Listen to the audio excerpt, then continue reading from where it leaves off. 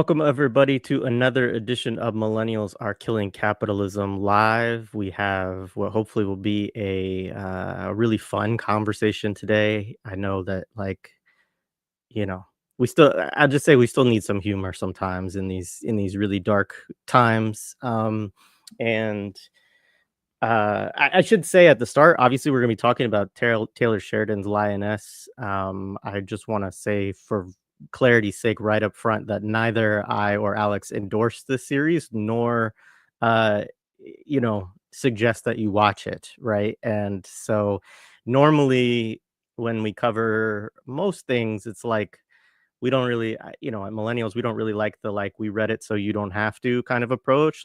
Most of the stuff we talk about, we hope that you will go and check out for yourselves. This is one of the examples where that is absolutely not the case.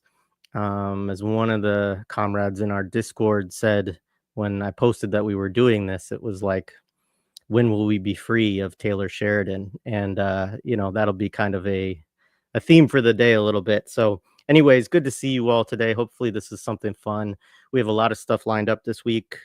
Tomorrow we have Adnan Hussein gonna come on, and we're gonna talk about the Crusades and how they relate to the important aspects of them, how they relate to the current moment.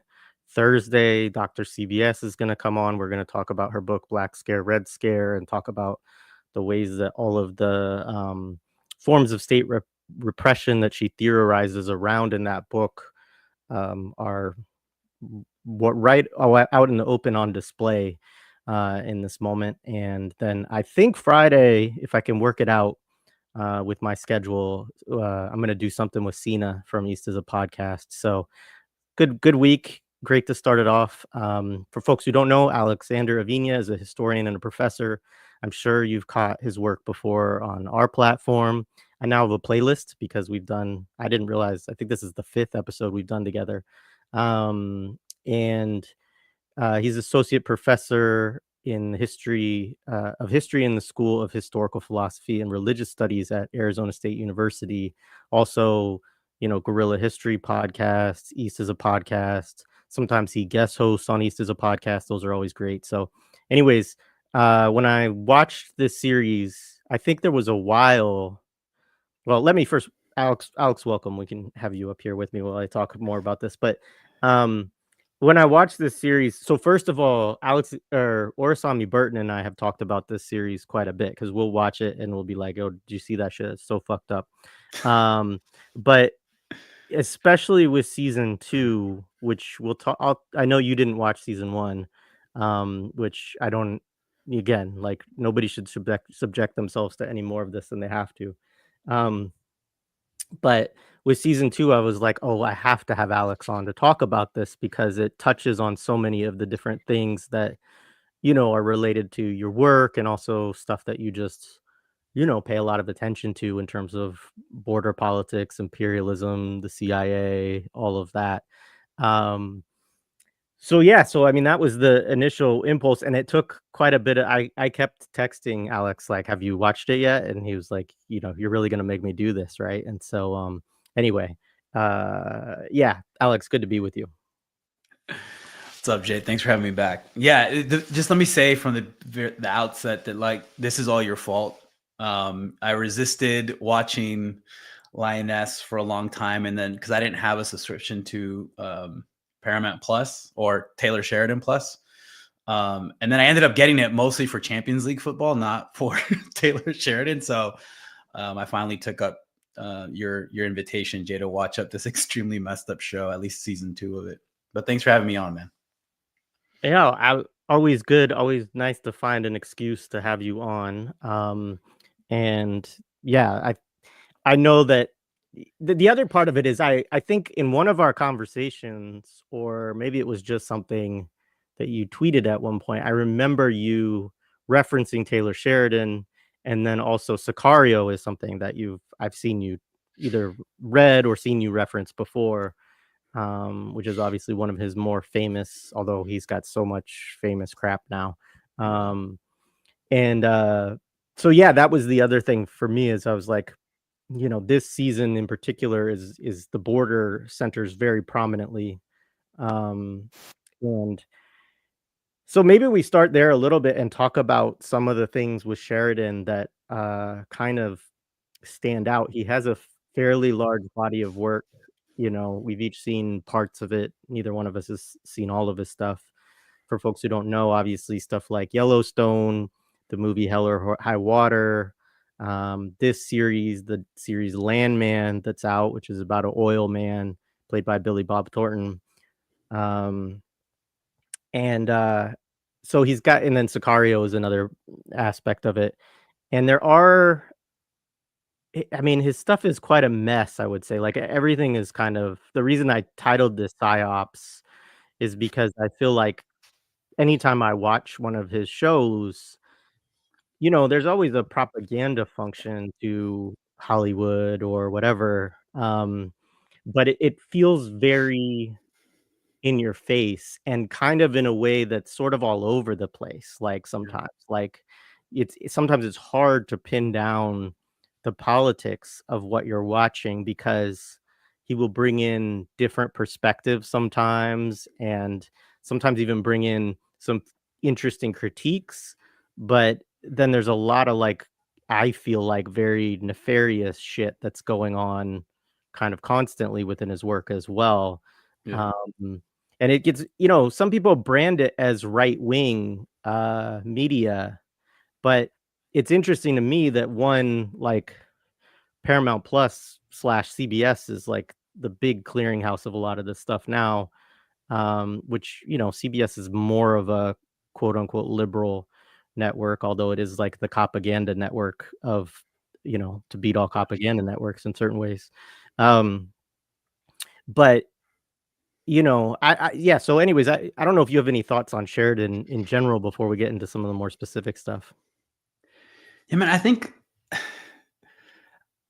we've joked about this via chats, right? But like, there is something that Taylor Sheridan's work, I think, that the broader body of his work that can kind of tell us something about just like a US popular mindset of the last 2-3 decades, right? Like, I think there, yeah, obviously, I think it does read as right wing, but it's also more complicated than that. But I think one of the reasons why I think his stuff is really difficult to kind of nail down politically is that it has a combination of like idealism and realism, and it's like a struggle. Like, he has he has very clear like American libertarian settler frontier type of idealism of what the US should be, but then the realism comes in to in most of his work to kind of undermine or to undermine those ideals.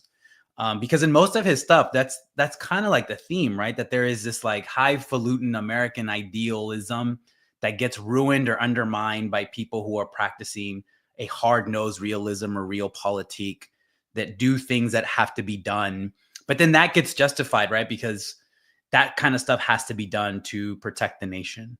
And another thing that we see broadly in most of his work is he's obsessed with the frontier, and he's obsessed with the 21st century manifestation of that frontier, which is the U.S.-Mexico border. And in Lioness, like, it's that frontier. I mean, the U.S., because it's a global empire, has no borders, right? That's one of the things too that stands out in his work. That on the one hand, the U.S. demonstrates, particularly since the war on terror, but this goes way back, and I don't know how far back you want to go, late 19th century, but there's always been as the U.S. has expanded territorially and geographically, that type of expansion has been matched by a type of anxiety in terms of like, what is the U.S. government going to do with newfound lands and new peoples that they have to incorporate? Well, first they have to subjugate, and second they have to find a way to incorporate them into this American body politic.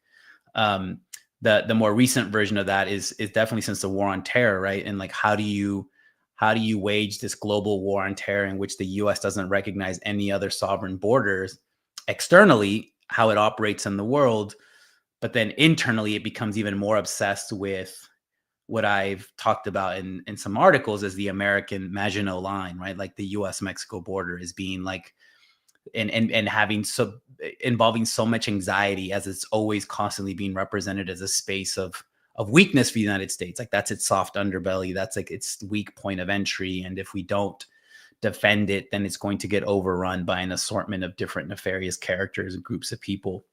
And again, this is a long-standing issue that goes back to the 19th century, but you really see like the more modern manifestation of it in Sheridan's work, which I think is really interesting. I think we can learn something about it in terms of like how, in terms of popular culture, and in some ways, it might even help us understand the rise of Donald Trump, because in some ways, Donald Trump has that combination as well of his idealism is rather limited, but he kind of demonstrates that it's an unbalanced combination of that idealism and realism in terms of how it manifests itself in his politics. But going back to Sheridan, I think it's that, broadly speaking, I think it's how do you actualize like settler frontier mentality into the 21st century in a moment where the US is a global empire, but it's an empire in certain ways in decline, and it's always been anxious about its US-Mexico border. And the other thing, there's no really difference between U.S. empire abroad and the how that empire essentially comes home, right? And that's like another one of his big themes, I think. Yeah. There's also interesting stuff, and I don't want to go to delve into this because I haven't done enough of a kind of systemic analysis of it through his work. But like, it's very interesting and sometimes contradictory how he incorporates indigenous people into his body of work. Not so much, they don't actually show up in either of the Lioness films as far as I can remember. I mean, series, either season. But they do, like, he even made this film, I think it's called Wind River, which is supposed to be about missing the whole, movement around missing indigenous women and children.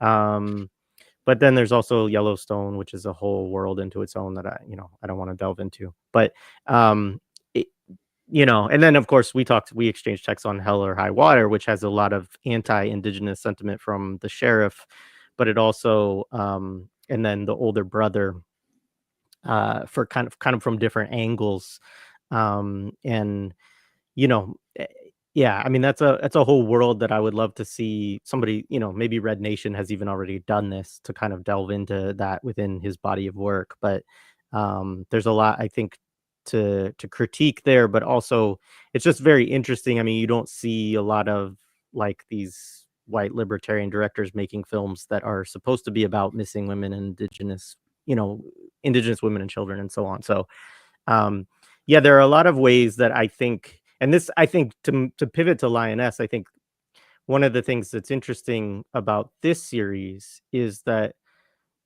almost all of the important characters are people of color, often women of color, often also queer.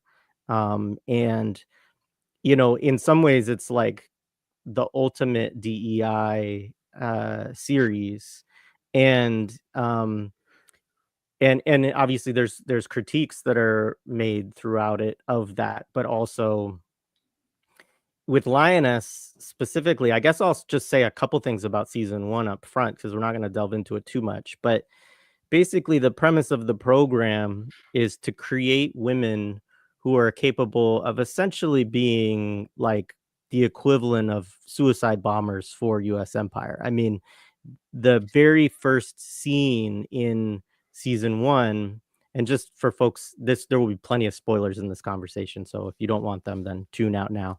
But they launch an airstrike to kill a lioness in season 1 in the first episode, to take her out along with a bunch of ISIS people because she has been her cover has been blown basically, and so they drop a drone strike on kill like 40 people or whatever, but kill her as well. And that's like kind of the beginning point. All of the lionesses who are trained are entering situations where if it's found out that they are an agent of the US state, they're going to be tortured and killed and so on. And that is known by them. It is known by the government and, all of that. And it actually sparked some weird controversy with people who were actually a part of the original Team Lioness, Mhm. which really doesn't have much of anything to do with the series at all, because this is about a specific CIA program. Um, but Team Lioness was the way that during the Iraq War and Afghanistan, the U.S. got around saying that women couldn't be in combat situations, and essentially they put them into combat situations because there are places that men can't go, right? Which is kind of, I think, part of the point of this series as well, right? Is to Yeah. show in a weird way of like we actually need people of color and we need women of color because otherwise we won't be able to preserve our empire. But we need them to be in a position where they're like diehard true believers in national sovereignty to the degree to where they're willing to like give their lives for it, basically, above all else. Yeah. Um, and so, yeah, I mean, I don't know if you have anything to say in that to respond to that, but I wanted to say that kind of up front to set up what these shows are. Yeah, I think empire, particularly the Anglo or European style of empire, they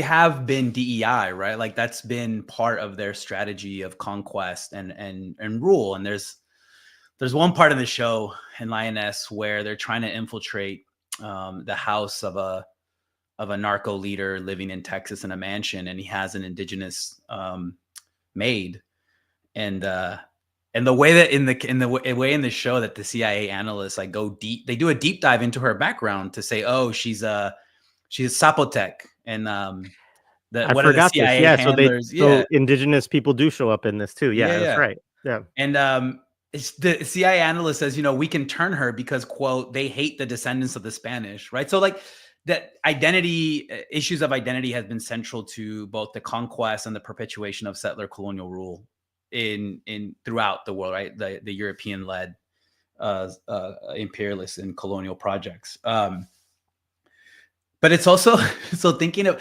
yes, this is a very diverse cast in terms of gender and racial identity. But I think part of their function is to show that those identities don't hold them back as because they've transcended those identities for the greater good. And the greater good from their perspective is to protect the United States, right? So that quote, there's an insane quote in this movie. I can't remember who said it. I think it was maybe Zoe Saldaña's character who said it, said something like, I do this so you don't have to learn Chinese or Russian, right? So it's a multiracial, it's a gender diverse group of special operators, but they don't ever talk about those identities, right? Because for them, they've transcended those identities for a broader purpose. And in ways, it's kind of like a sick, like actualization of like the crew in Moby Dick, right? In the Pequod, like Herman Melville like used the crew as kind of like a representation of 19th century US society. I think it functions in a way somewhat I mean, it does different work, but I think that's part of the issue, part of the reason why Sheridan may have um created the group in the way that he did, right? In terms of what they look like. I also think about that funny CIA commercial that they put out, I think was it during Biden or the first Trump administration, about the the woke Latina CIA agent who talked about her neurodivergence and how her mom told her that, Mija, you're in the CIA now. We're so proud of you. Like that. This is also like an antithesis to that, right? Because again, in this show, they don't really ever talk about their identity because again, they've transcended identity and they're doing the work of empire. And that's what matters. And what matters is that Yeah. they're protecting the United States from the Russians, the Chinese, the Iranians, and Mexican drug cartels. So I did way too much note taking for this. Alex and I were joking about this too, but so I have this scene that you just talked about. Um so her older daughter saw her on TV during which we need to talk about why she saw her on TV, this border operation.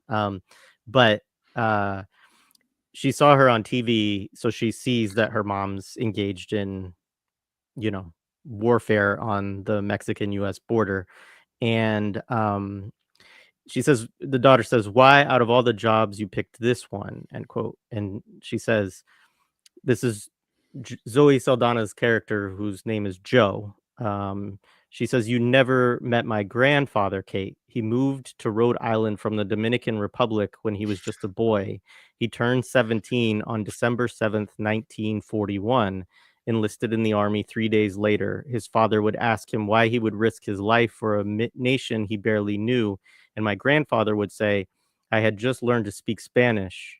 I had just learned to speak English. I'm not about to learn German or Japanese." Her daughter laughs and at her, and she says, "It's not funny. Why do I do it?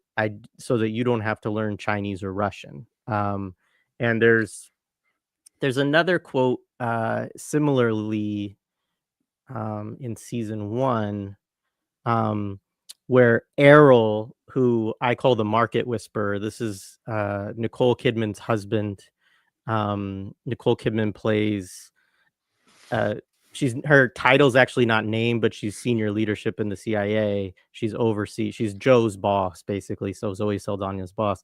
And he says to her, Kate is the name of her character. He says, "Kate, you've been doing this long enough to know morality doesn't factor in at all. At the end of the day, your job is to make sure our textbooks aren't in Russian. Survival is a better motivator than morality anyway." So this is a theme, a big theme in it is this idea that everything that the CIA does is to ensure that we don't all speak Russian or Chinese. It's like such projection on one level, right? Like on one level it's projection. On another level too, it's like you're the global empire. Why are you so scared? Like what explains that fear? What explains that anxiety? And again, that fear and anxiety is present in all of Sheridan's work.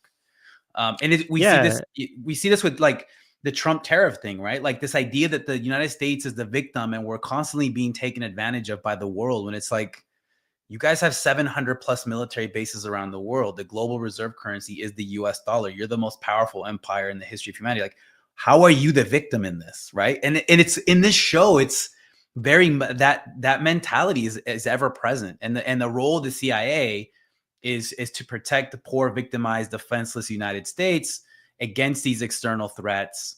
I mean, also like the CIA operating on U.S. territory is never questioned, right? Which is technically not supposed to happen, even though we know it's happened and it's happened since the inception of this clandestine, this whatever supposed intelligence organization.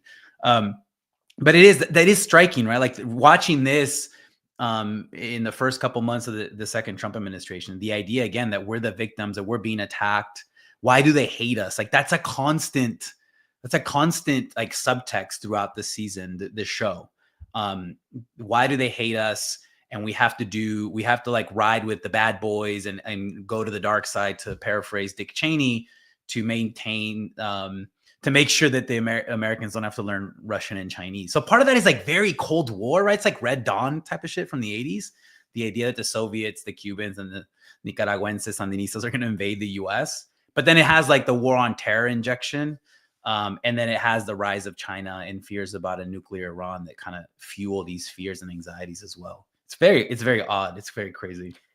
Yeah, I also think yeah, I mean, you touched on it, but I think it is such a bizarre fear, this idea too, that even if like the United States was surpassed in terms of sort of quote unquote global dominance or whatever, that suddenly everyone would have their textbooks printed in another language and they would have to like learn to speak it. Yeah. Like, Yeah. you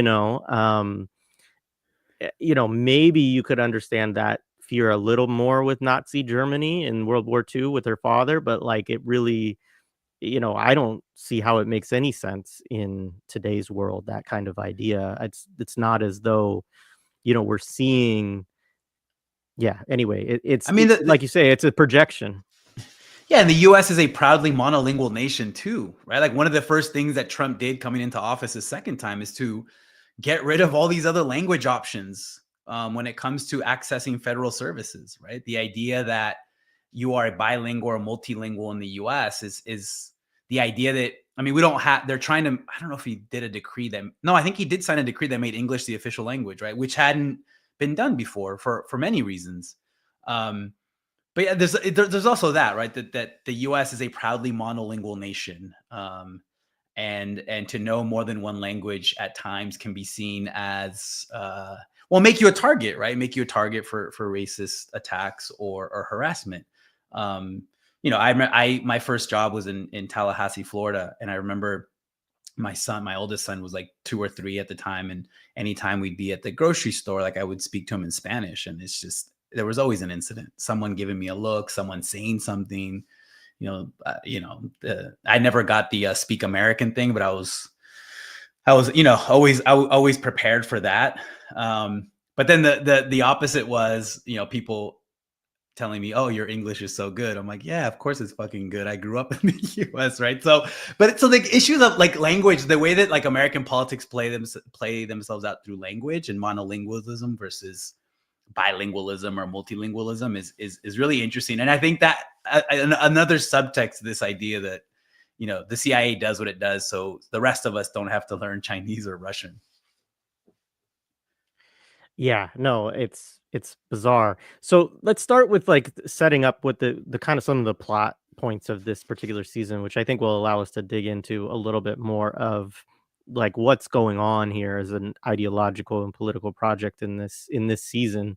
So it starts, and you mentioned this too, of like there's like kind of the operation porn throughout these both seasons of the series, which is like there's always, not in every single episode, but a few times throughout the season, there will be these scenes that are kind of like Call of Duty or, something like that.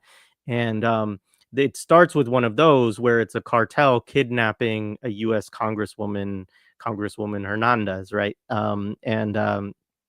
So the cartel kidnaps her, takes her across the border into Mexico. The CIA and a strike team basically are sent to recover her, and there's a tracker on her, so they're able to find her. They're able to get her back.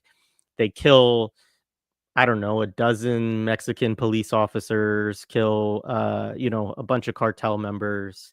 Um, insane scene where they end up driving across like a 15-foot embankment at the border while they're being pursued by, dozens of armed vehicles or whatever. And there's all of these scenes like this where it's also obviously in a certain way a kind of recruitment video, although I don't know how anyone could watch these series and think like that's what I want to do with my life.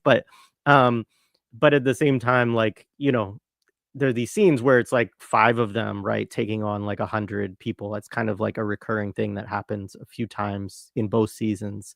Um, and so they get her back, right? But there's this whole, and like you said, even in season 1, there's also this issue that's constant, which is that they do run operations in the United States. And the problem is always just sort of how do we contain that when it gets out? Like, how do we spin it? Um, Even when they go into Mexico, they know that the CIA is not really supposed to be running, operations in Mexico, shooting Mexican police officers and all of this stuff. And so, this poses problems. So there's always like a cover story and this kind of stuff, and it's often very flimsy, which I think is really interesting too, just because, there's anybody who follows kind of military developments around the world, like there's always the question of like, did the drones actually kill US military officers? What's happening in the Red Sea, so on and so forth. And one thing that the series does show is that the state is constantly kind of covering up things that it doesn't want the public to really know, or creating these false stories for what they're actually doing. But you know, the sequence, I guess, the important thing about it is that the cartel kidnaps a US Congresswoman, and they don't think that the cartel would just do this on its own. So again, it has to either be Russia or China, and due to their analysis of like oil trade or whatever out of Mexico, they just decide it's China. Yeah, I think, it starts that a small plot, a small plot involving our cartel, Los Tigres, kidnapping a US Congresswoman, like, becomes this entirely unravels into this, or it becomes part of a broader plot that involves the Chinese essentially like ordering and controlling this Mexican drug cartel that had established a relationship through illegal oil sales that Mexico was providing to China, which is, I mean, this is one of the things that Sheridan does really effectively. Like he takes stuff that actually is happening, right? So it gives it like a veneer, like, oh, this guy really knows what he's talking about. Like the illegal tapping of oil pipelines in Mexico is a real thing. It's a really profitable, lucrative, illicit activity that drug trafficking organizations have kind of diversified into. The idea though that China needs that type of oil versus just like trading with Iran, which is what actually happens, is kind of, but whatever, they have to create the connection, right? So part of the plot that you described, Jared, is that there's a high level Chinese agent of their interior ministry or their intelligence agency that's essentially telling the Mexican cartel what to do. And then this connects them to Chinese scientists who are being taken in a Turkish military convoy from Turkey into Iran. And they're trying to get these Chinese nuclear scientists to the nuclear base that the Iranians have in a particular part of their country. And it's just like, again, part of it's just, there's just, he's picking and choosing, right? Like things that seem plausible or are somewhat plausible and actually occurring in real life. And then trying to create them in this broader global conspiracy against the US is what really animates this show. And one of the things that on a broader level also that I think really that one of the themes that emerges from this show is that for US empire, the entire world is an open border. And this is the idea of open borders is also really present in this, right? The idea that the reason why the CIA goes after the Mexican drug cartel and then reveals this broader plot against the country is animated by this idea that the US Mexico border is an open border. And this is like a long-standing animating feature of U.S. politics, both like liberal politics and like the more revanchist right-wing politics. For the U.S.-Mexico border to do work politically, it has to be open. On the ground, materially, it's one of the most militarized borders in the world. It's the most dangerous border in the world for migrants, particularly where I'm at here in the Sonoran Desert. But in political discourse, it's always open. It has to be open. It always has to be that Maginot Line, or else it can't do the type of political work that both political parties in the U.S. wanted to accomplish, at least since the 1980s and especially since 1990s and the beginning of the North American Free Trade Agreement. So in this show, it's very interesting to see how the idea of an open border, you know, the U.S. is the victim of an open border, but for U.S. empire itself, the entire world is an open border. The entire world is an unsettled border. To take a line from my comrade Mary Turfa, and she has a great article in Protein Magazine on Israel's unsettled borders. I mean, the U.S. empire has that dynamic as well, and that dynamic goes back to like the early 1800s with Supreme Court decisions that stripped Native Americans of their territorial, political, and cultural sovereignty and made U.S. expansion legal. And so there's like there's a 19th century legal infrastructure that supported the idea that for the United States, the border is unfixed. It's movable, but as long as the U.S. empire is doing it, as long as U.S. settlers are doing it and not any other force that might represent some sort of resistance to them, whether it's Native American polities in the 19th century or the nation of Mexico in the mid 19th century, or Chinese migrants in the late 19th century, which it's because of, our legal infrastructure in relation to migration is, it dates back to the Chinese Exclusion Act, right? And how the US government treated Chinese immigrants in the late 19th century who were here doing labor, right? Building railroads. So that is an interesting dynamic. Again, the US, is the victim. There's an open border in the US-Mexico South and the US-Mexico border. But for them, the globe is an open empire because they're the US empire.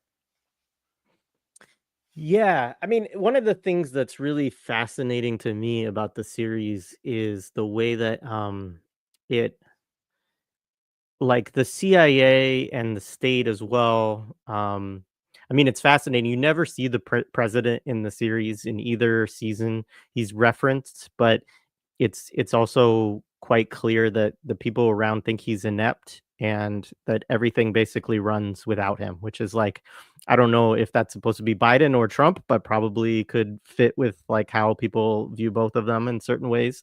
Um, but that's an interesting, kind of piece. But there's constant kind of like speculation or, they're always like, to give an example, the kidnapping of Hernandez is a probe, is what they call it, right? And so the idea behind the probe is that it is done to see how the U.S. will respond, to determine then how the person who, whoever caused it to happen, to determine how they can escalate their own tactics vis-a-vis the US, basically. And they liken this to the bombing of the USS Cole, which I had to look up, but it was an Al Qaeda bombing of a naval, um, you know, a navy ship, basically a fleet, a command ship of a fleet. Um, that happened about a year before 9/11. And so the argument is that because the US didn't forcefully respond to this, which is what the Taliban actually, or Al Qaeda actually wanted, that's why they did 9/11. And there are some of the people that the US says were involved in Cole were also people who the US says were involved in 9/11. Um, but anyway, that's an interesting reference. But then they use that basically to sort of say we have to go on these kind of crazy missions to sort of prove to our not quite known adversary of how tough we are, kind of thing. And so go in, do this incursion into Mexico, kill a bunch of their cops, get the senator back as one step of it. Then, they start working along the border. They're trying to the Lioness in this series is they have a woman who's a, uh, she's a helicopter pilot. She has like 800 kills or something like that, they say, um, that is in Iraq. And she is the daughter of basically the number two in the Los Tigres cartel, they think, the brother of the guy who's the head of it. And he's a US citizen, and so, or at least a permanent resident. I don't know if they ever clarify that for sure. But he has legal status in the US. And he's an immigration attorney, actually. And they say, why does he live in this $6 million mansion if he makes $100,000 a year or whatever, $3 million? Um, and It's so they put perfect that he's an immigration lawyer, though, right? Like that's really key that this guy, the father of the helicopter pilot, his day job is an immigration attorney, but like his secret job is being the number two of a transnational Mexican drug cartel. So like the way that they kind of meld the two identities together is really interesting, right? Like, because again, if there's an open border and they even say at one point in the show where they say Mexican drug cartels have quote unquote found a way in, and he embodies that, right? Like, and it's almost like he was also, remember they said in the show that he's a military veteran of the first Gulf War, and that's how he got his citizenship. So Yeah, like they're right. finding a way in involved this guy fighting for the US military, getting citizenship, living in Texas, becoming an immigration attorney, all while still being the brother, the younger brother of the head of a powerful Mexican drug cartel. So it's perfect that they made him be an immigration attorney, right? Like he's doing something nefarious, even though it's legal. He's still doing something nefarious in helping people submit, green card or visa applications to come into the U.S. It's still within that this nefarious idea that somehow these illicit organizations and enemies of the U.S. have quote unquote found a way into the country through the so-called open borders. Yeah, so before we go further, I want to read some of the verbiage about how Los Tigres is described, by different characters in this. So Byron Westfield is the deputy director of the CIA. He says, these aren't some Houthi rebels operating out of caves in Yemen. They are leaders in a $1 trillion industry with an intelligence and paramilitary arm operating, controlling whole neighborhoods in every major city in America. This is given as the justification for putting Cruz, who's the lioness from season 1, onto Carrillo, who's the lioness from season 2, to make sure she doesn't turn. They're afraid she could be a double agent working for the cartels, essentially, which is crazy in itself too, because this woman is like a very decorated US military veteran. But um so the idea then is that if Carrillo, the daughter, flips the first lioness, that she's supposed to be killed by the lioness from season 1, the lioness from season 2, etc. So sorry, I know that's confusing. So anyways, DEA Special Agent Gutierrez, right, who's played by Kirk Acevedo, he says other something he says about the cartels is he's like, one call to Beijing and there's a camera on you everywhere you fucking go. So again, like this connection between the cartels in China being drawn up. And so this is him a little bit further. He says, you're not dealing with some pedophile zealots who live in the desert who think they're going to get a room full of virgins when they blow themselves up. These fucking monsters control an entire continent and the top third of another one. They'll just show up to a fucking sheriff's office with $1 million in cash, and he has a choice: take the money or watch them impale his 9-year-old on a rake and hang his wife from a fucking bridge. They're in every city in America. They've infiltrated every state and federal agency we have. Um, so, anyways, I just wanted to share some of that so people could get an idea of the way that the work, the ideological work that the series is doing around what a threat that cartels actually are to the United States.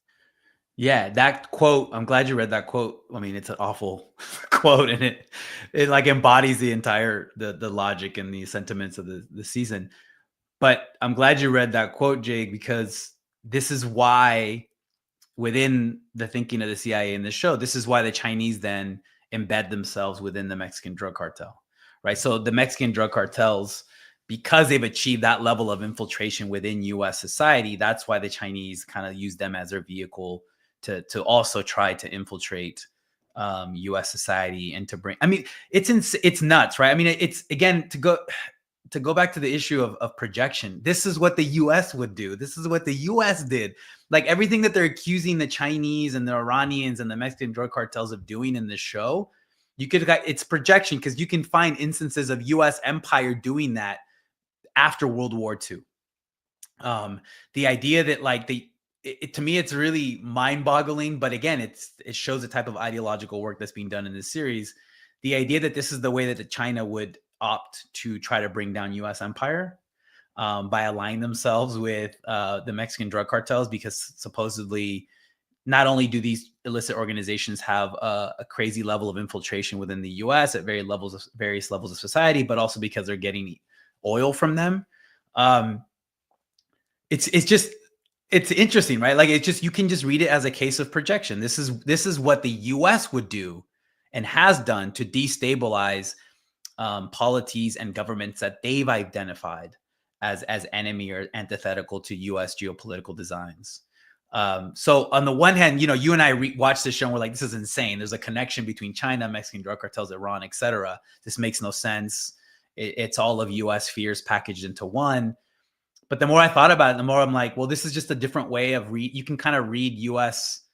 Cold war on terror stuff backwards, right? And this is what they're doing in terms of how. But again, they're just displacing this onto China, when all along it's the U.S. that's been doing this. The U.S. government has been doing this as a matter of policy since the CIA was founded in the late 1940s. Yeah, I also just find it as a passing thing. I mean, there's the Houthi comment I just read. There's another one. So let me do this. So let me just give a little bit of background from season 1. So at the end of season 1, Cruz, the first lioness, she kills her target, who's played by Bassem Youssef, actually, who I think is like an Israeli comedian, right, or whatever. But he's supposed to be like one of the richest oil people in the world. He's supposed to have funded all sorts of terrorist organizations, etc. She meets him. He's a really nice guy. She's in love with her daughter. They've fallen in love. And so Cruz ends up having to kill him at the end, mainly because she gets blown. One of the figures out that she was a Marine, was through facial recognition software that Of course the bad guys have, and they she ends up killing everybody in a kitchen, like stabbing them to death with a kitchen knife. Um, and so after that, as she leaves, she gets in a fight, like a physical fight, but also a verbal fight with Joe, who's Zoe Saldana's character, who's her boss. So Cruz, she wants to quit. So she basically she thinks and she says, like, you've turned me into a monster who kills old men in their underwear. Like, I hate what you've made me, basically. And Joe, is like, look, you've taken out one of the most evil men in history. You've changed the course of history through your actions, etc. Cruz says, all I've changed are oil prices, right? This is a whole other discourse. The government doesn't want this operation to be successful at a certain point, and they actually try to get the CIA to shut it down, but they can't because they don't want to expose their operative to being killed, basically, which is the only other alternative. And so Cruz talks about how she can't sleep anymore because of who she's become. And she's like, but I bet you sleep really fucking good at night, to Joe. And Joe says, yes, I believe in what I do. Right. And Cruz is like, well, I don't. And she quits. And so I say that to say, in season 2, Cruz comes back into this. And there's a scene where Joe shows up to recruit her back because she needs to be attached to the season 2 Lioness, because as I said before, they think that the season 2 Lioness might flip and just turn against the United States, go into the cartel, give her family intelligence, etc. And so Cruz is their insurance policy, basically, and she doesn't want to go back. And so there's a scene, let's see, it's about, yeah, so there's this debate again between Cruz and Joe, and Cruz is like, she prefers the moral war, right? She prefers being a soldier out there and fighting people where she can see them and so on. And Joe's like, look, you're wearing night vision goggles, like shooting people on boats, like you're not doing anything moral, which is, also a very, interesting condemnation of how the United States does war in general. But so Joe says, quote, there's no such thing as a moral war, Cruz. There's no such thing as fair. There's survival and surrender. You can ask any concert goer in Israel the consequences of surrender, or any 8-year-old in Gaza for that matter, if you can find one. So again, like, I brought this in also because there's actually a couple of remarks about Houthis. There's this related to Gaza, and this season 2 came out, I think, last fall. And so again, like right at the height of the you know, you know, I mean, it's still ongoing, and it's at the height now, right? But right amid, of course, the war in Gaza, the genocide. So it's just interesting the way that they'll pull in these reference points to stuff that's like going on right at the time. That's also a way of like all these other people kind of catching strays, I guess you could say, even if they're not the primary target of what the show is doing ideologically throughout it. Yeah, and there's a quote, I think it's a DEA agent who said, what the fuck is the CIA swarming around? What the fuck is the CIA swarming all over the border like it's Syria? Right. So again, it's like, that's an interesting one, right? Because the DEA is saying, hey, the US-Mexico border is our beat. What are you guys doing? Your beat is Syria. Get out of here, type of thing, right? And yeah, and we should probably at some point talk about what happens to the DEA agent. But yeah, no, it's the references. I should say too, Syria is where the season 1 starts. So right, that's the right. Yeah. the bombing of the the airstrike that takes out the Lioness that we never really meet in the very beginning of season 1 is in Syria, which also supposedly takes out the leader of ISIS. Right. And again, it's that idea that for the US and for the US empire, the entire world is an open border, and they can legitimately and without question function anywhere it pleases to do so, if it can be justified by national security logics and necessities. The issue with the interesting thing, I think, in this season is that all those references that you mentioned, Jay, that are in West Asia and that are obviously also in reference to ongoing situations like the genocide in Gaza. The second season is about all that coming home, right? So it's that imperial boomerang, right? I see discourse of colonialism to behind you. A part of that, I think that's another one of the themes. But in many ways, the U.S.-Mexico border, or the idea of a U.S. frontier in North America, I mean, that's where the boomerang like took off, right? So it's coming back to where all this mess began to begin with, even before the U.S. was a independent nation in the 18th century. So I think that's one of the things that like really interests me, is that this anxiety about borders, it's projected outwards into places like West Asia, and in this season it comes back, and it comes back because it's the most, again, to go back to that theme. It's because the U.S.-Mexico border is, on the one hand, the most dangerous, but it's also the most open, and this is the weak point of the United States. This is where we're going to be defeated. This is where, if we are brought down, it's going to happen through this geographic space. Therefore, we have to do. I mean, Sheridan loves killing Mexicans and most of his stuff, right? So it's not like watching the CIA unit just mow down like Mexican federal police officers. And the subtext there, though, is that they're all corrupt, right? Like, so it can be done, right? Because they're obviously all cartel connected, and this is the kind of thing you see in both of his Sicario movies. The idea that most of Mexican law enforcement or security forces are in league with these illicit criminal organizations.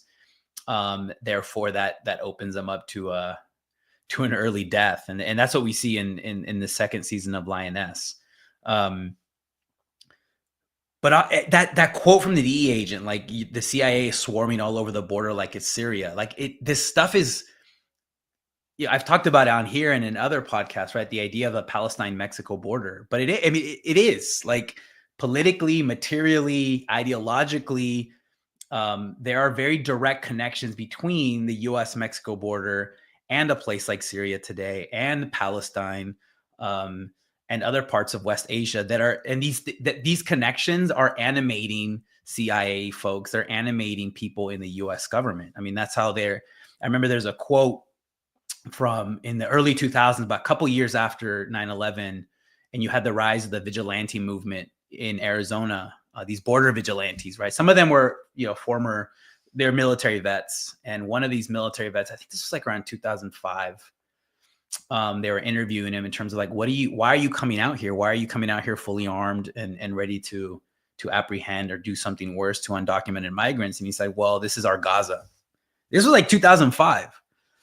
This is our Gaza. Again, the idea that Gaza is going to attack, just like Gaza, quote unquote, attacked Israel, Mexico and these undocumented migrants are invading and attacking the United States, right? So these connections are there, man, and in on a variety of different levels. And for me, this goes all throughout Sheridan's work.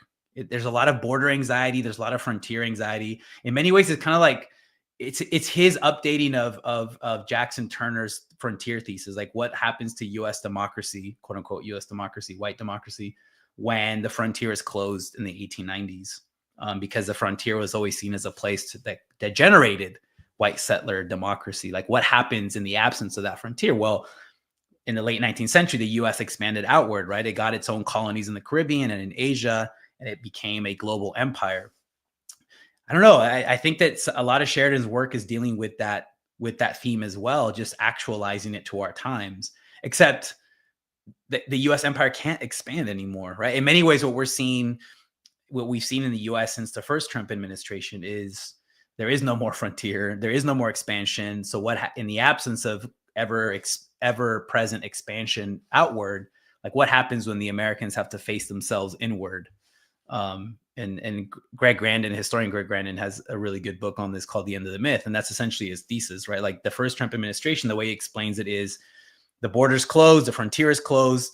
So all that class struggle that had been externalized through U.S. empire, well, it's done. It's coming home now. And in many ways, I think he's right. Like that's what we're seeing even today is we're seeing the inability to displace internal class struggle. So now the Americans, the gringos, actually have to face up to this internally.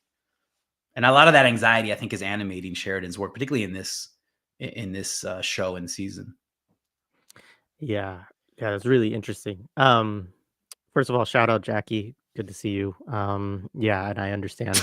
I'm sorry that that happened to you. Um, Again, we watched this, so hopefully no one else has to. Let's see. So, um, I want to, yeah, let's talk a little bit about the DEA agent because I think this also gets into, again, this idea. The the CIA is quite skeptical of the idea of democracy, I would say. That they know that there are no restraints upon what they do. And constantly they run into situations where the people that they capture, that they interrogate, that they torture, um, you know, are like, wait, like you can't do this. Like you're not even supposed to be here. And as folks may know, like the CIA is not legally chartered to operate within the United States. This was something that was exposed that they did in like the 60s, and there were congressional hearings about it and all kinds of stuff. And there's reports related to those hearings and so on. But everybody kind of knows that they do, right? And, um, obviously during the war on terror, there was some, I think there were a good number of people who obviously it had a lot of support from a lot of different sectors of our society, but there were a lot of people also who were concerned about things like the Patriot Act and some of the war on terror legislation and kind of what it opened up in terms of like how the US could operate outside of what would be sort of these normal, laws and norms and so on, related to war, related to international, like how the CIA or other operations would operate globally, military would operate globally, but also in terms of domestic implications as well, surveillance and all of that.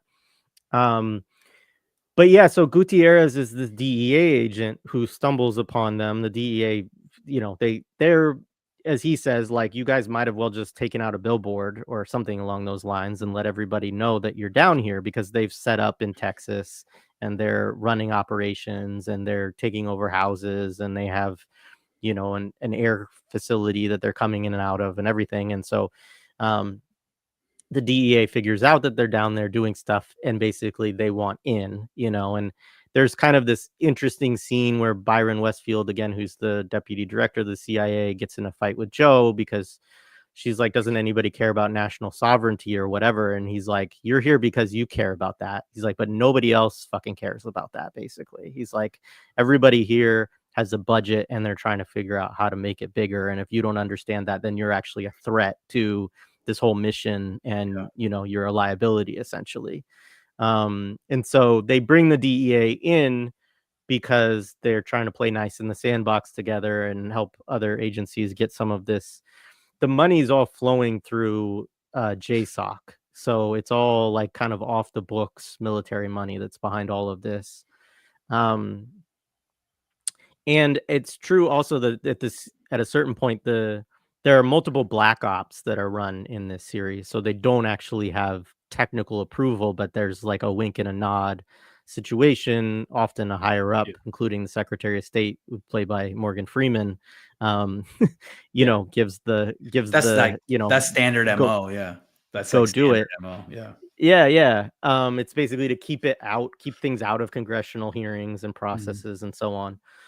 Um, so Gutierrez, who's the DEA agent, ends up with them, and basically at a certain point, they think that he's playing them, that he's, working for the cartels, and yeah, they torture him, they waterboard him, I believe, with piss. Like there's like a scene Yeah. where one of the people like drops a rag into the toilet and then puts it on his mouth. And then they're pouring water into it. And torture him, beat him, all this other stuff, threatened to kill him, threatened to kill his family, including Nicole Kidman's character, who's like way high up in the CIA hierarchy. Um, and yeah, there's some interesting back and forth there. I could probably find a little bit of the dialogue because those ones are always interesting. But I think the part that was most interesting to me about that scene was just the ways that Gutierrez's character, the DEA agent, is just like, you guys can't do this. Like, you can't, I need, where's the Justice Department, essentially. Mhm. Yeah. Which Yeah. is And also something that the cartel guys say at a certain point too, because they're like, I'm a US citizen, like, take me to yeah. court, basically. Yeah, it's interesting to see who believes in U.S. law in this show and who doesn't, and who operates above the law. But I think that's part of the appeal of like this. That's why I called it like operator porn. Like that's part of the appeal. Like post 9/11, like the idea of the operator is like they can function, they can operate, they can function anywhere above the law, right? Like they don't have to.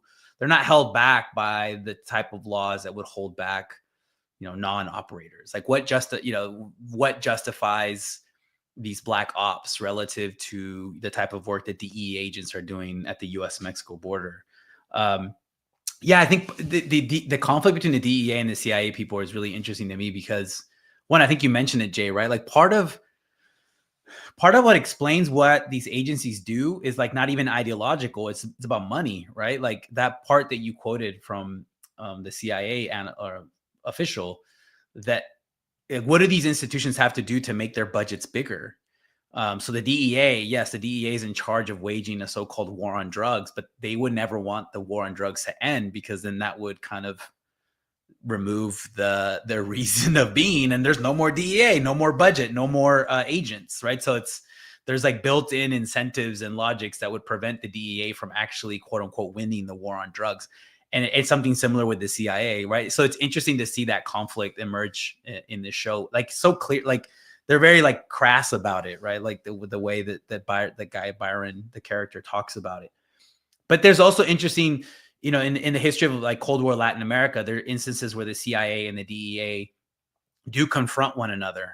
You can see that you can tell that they're operating on different levels. And then because the DEA will be following a certain drug trafficker or a certain criminal, and they'll grab that person and then they figure out, oh man, this guy is a CIA asset because in a particular Latin American country, this criminal was also a virulent, murderous anti-communist. And that's why the CIA recruited this person to work with them. There's an incident from Mexico in the early 1980s where one of the worst torturers, secret police torturer and violator of human rights. This guy ends up getting nabbed by the DEA when he comes to visit the US in the early 1980s because the DEA had been following him for drug trafficking and because he had organized a car smuggling ring. So this guy had people working in California and they would steal luxury cars and then ship them to Mexico. Well, what happens is the CIA intervenes and says, wait, no, this guy's our asset. Like he works for us because he's a good anti-communist. He's good at disappearing and torturing and brutalizing leftists and guerrillas in Mexico. So we're going to let him leave the United States and do what he does best in Mexico. So there's that lot, those differences. You see those differences all the time in Colombia in the 80s and 90s as well, where certain right-wing death squads are also involved in drug trafficking. The DEA tries to go after them and the CIA will step in and say, no, they're working for us against these different Colombian guerrilla movements like the ELN or the FARC. We just, the dramatic part in this show is that the CIA on American soil, I think, is torturing, waterboarding a DEA agent, threatening to kill him and his entire family, threatening to send him to Guantanamo. I think at one point they threatened him like, oh, we can just make you disappear. So it's this combination of war on terror, torture, threats of extraordinary rendition, threats of exterminating their entire family on a guy who says, hey, aren't we all on the same side? Right. In a very idealistic way. Like, why are you guys doing this to me? We're working toward the same goal. And the Lioness people, the project people are like, no, we're not working for the same goal. And there's nothing that holds us back relative to what the DEA can do. Yeah, and I mean, ultimately they're wrong in thinking that he is working with the cartels, and he's ultimately, his only crime is that he killed a cartel guy who tried to bribe him at one Yeah. point, and he's afraid of them letting other people know because he could be prosecuted for doing this, allegedly, although, I don't think that would actually stick in the United States context. So there's another really important scene that we probably should say, um, which is there's a series of operations that they get involved in part because they get attached to the DEA and Gutierrez is like taking them out on ops. And there's Mhm. all this stuff about, there's a lot of ideological work done there actually to sort of say that the DEA doesn't have equipment that it really needs to be effective in fighting cartels. You know, they don't have good surveillance. Their information is always a week old or so. They're not able to actually do anything. You know, their hands are tied in all these kinds of ways. And so Gutierrez wants to go on these different raids into Mexico with the CIA to perhaps, you know, get some bad guys basically.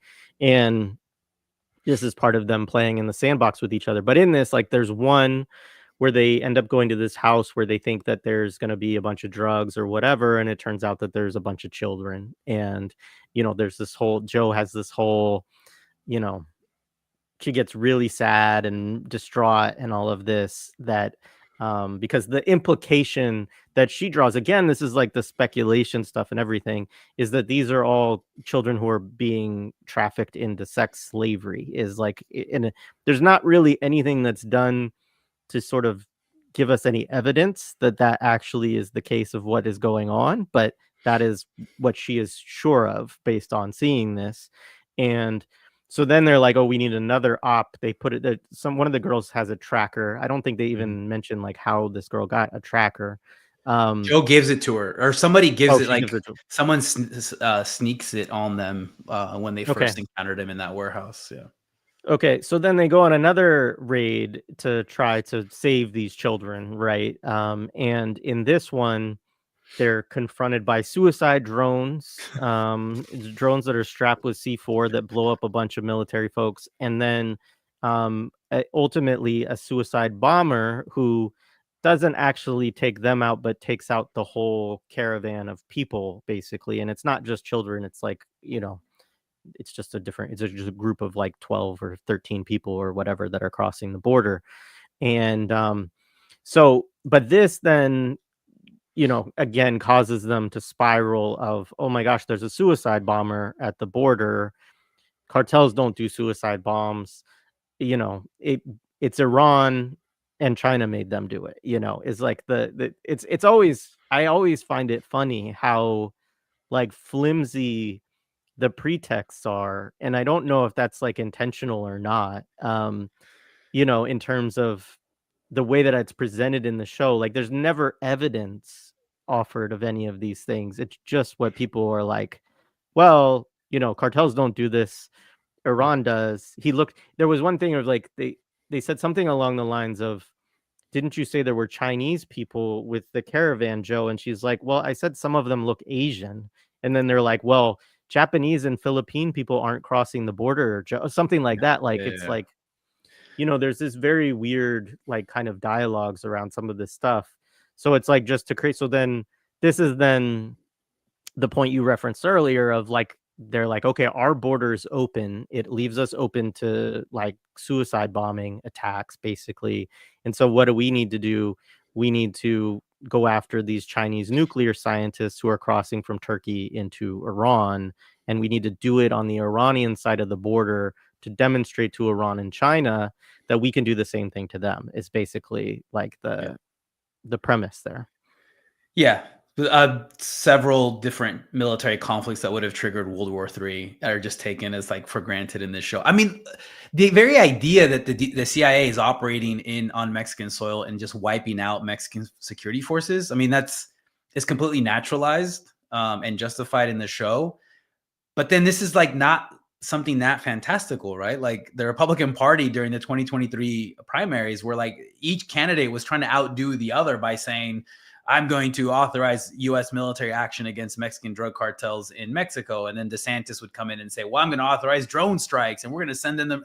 Like they kept trying to outdo one another, right? So that things that I thought would, or just beyond the realm of possibility in 2023 became something possible, right? And then they become, in this show, it becomes something that's completely normalized. Um, the suicide bomber at the border is so insane too, because that there's a scene at the very beginning of Sicario 2, The Day of the Soldado, which is such a funny subtitle for the I don't know why the Day of the Soldado, they added that on. But that's how the show begins, right? The idea that you have suicide bombers from West Asia cross the U.S.-Mexico border. They make it into Texas. They go into, I think, a grocery store and then blow themselves up. And again, this is like war on terror shit. Like you had, even though the 9/11 people all came in with visas or through the Canadian-U.S. border, there's still that idea propagated a lot by right-wing ideologues and members of Congress that like Al-Qaeda, Hezbollah, and other organizations had set up training camps on the Mexican side of the border, and then we're going to start sending in terrorists to infiltrate U.S. society and do like suicide bombings. Like that was a very like 2006 to like 2015 sentiment by people like former Rep Louis Gohmert, talking about Al-Qaeda training camps on the Mexico side of the border, and they were going to send in like anchor babies to like take down the United States. The type of language that he used, and then we see these things kind of pop up in several of Taylor Sheridan's, whether it's series or movies. But yeah, the idea, and I think even one of the operators says it, like, "Oh, we're going to start World War III on the U.S.-Mexico border. Great, like let's do it." Right? I mean, it's. I wanted to say something else too. One of the things that also, before we leave the point of like the intra-agency or interagency rivalry, we see this in like the first Sicario movie too, where it's like there you don't have the DEA being like the idealistic followers of U.S. rules. There it's the FBI. The FBI are the ones who are like, wait, you're not supposed to be doing this, CIA. You're violating all sorts of laws. And once again, it's the CIA who comes in and says, well, you guys can follow your laws, but we're doing what's necessary to prevent the takedown of the United States. I think in Sicario, Josh Brolin's character talks about how he's showing Ciudad Juarez to Emily Blunt's character, and he's like, see, that's what happens when Mexican drug cartels burrow their way in like ticks. And that's what we're trying to prevent them from doing the same to United States cities. So it's always, again, that's why it's an operator porn, right? They are allowed to operate beyond the law because they're doing what's necessary to save the United States. And again, that's such a post 9/11 sentiment. Even like, and this is why there's one of the things that really struck me from this show, just aesthetically, is like, there's so much emphasis and like attention on what the operators are wearing, their gear, their weaponry, what their weaponry looks like in contrast to the people that they're fighting against. They're very clinical. Like even the way they move, they're very professional. They're very clinical. There's a lot of terminology too that they drop in, like QRF, SRO, like yeah. And like Taylor Sheridan is in it as one of these operators, and he looks roided up. Like I didn't even recognize him at first. I'm like, whoa, this guy's like on HGH or something. But so that is like a very 9/11 like. He makes himself like the hero of season 2 almost, like really. He does at the end, right? He's one of the snipers in the very last episode. But there's like historians of the U.S., like gender historians, will talk about how there's like periodic like crisis of masculinity that afflict U.S. society from like the late 19th century. When Jack Johnson was black boxer, Jack Johnson was beating up all the white boxers. It created this crisis of white masculinity.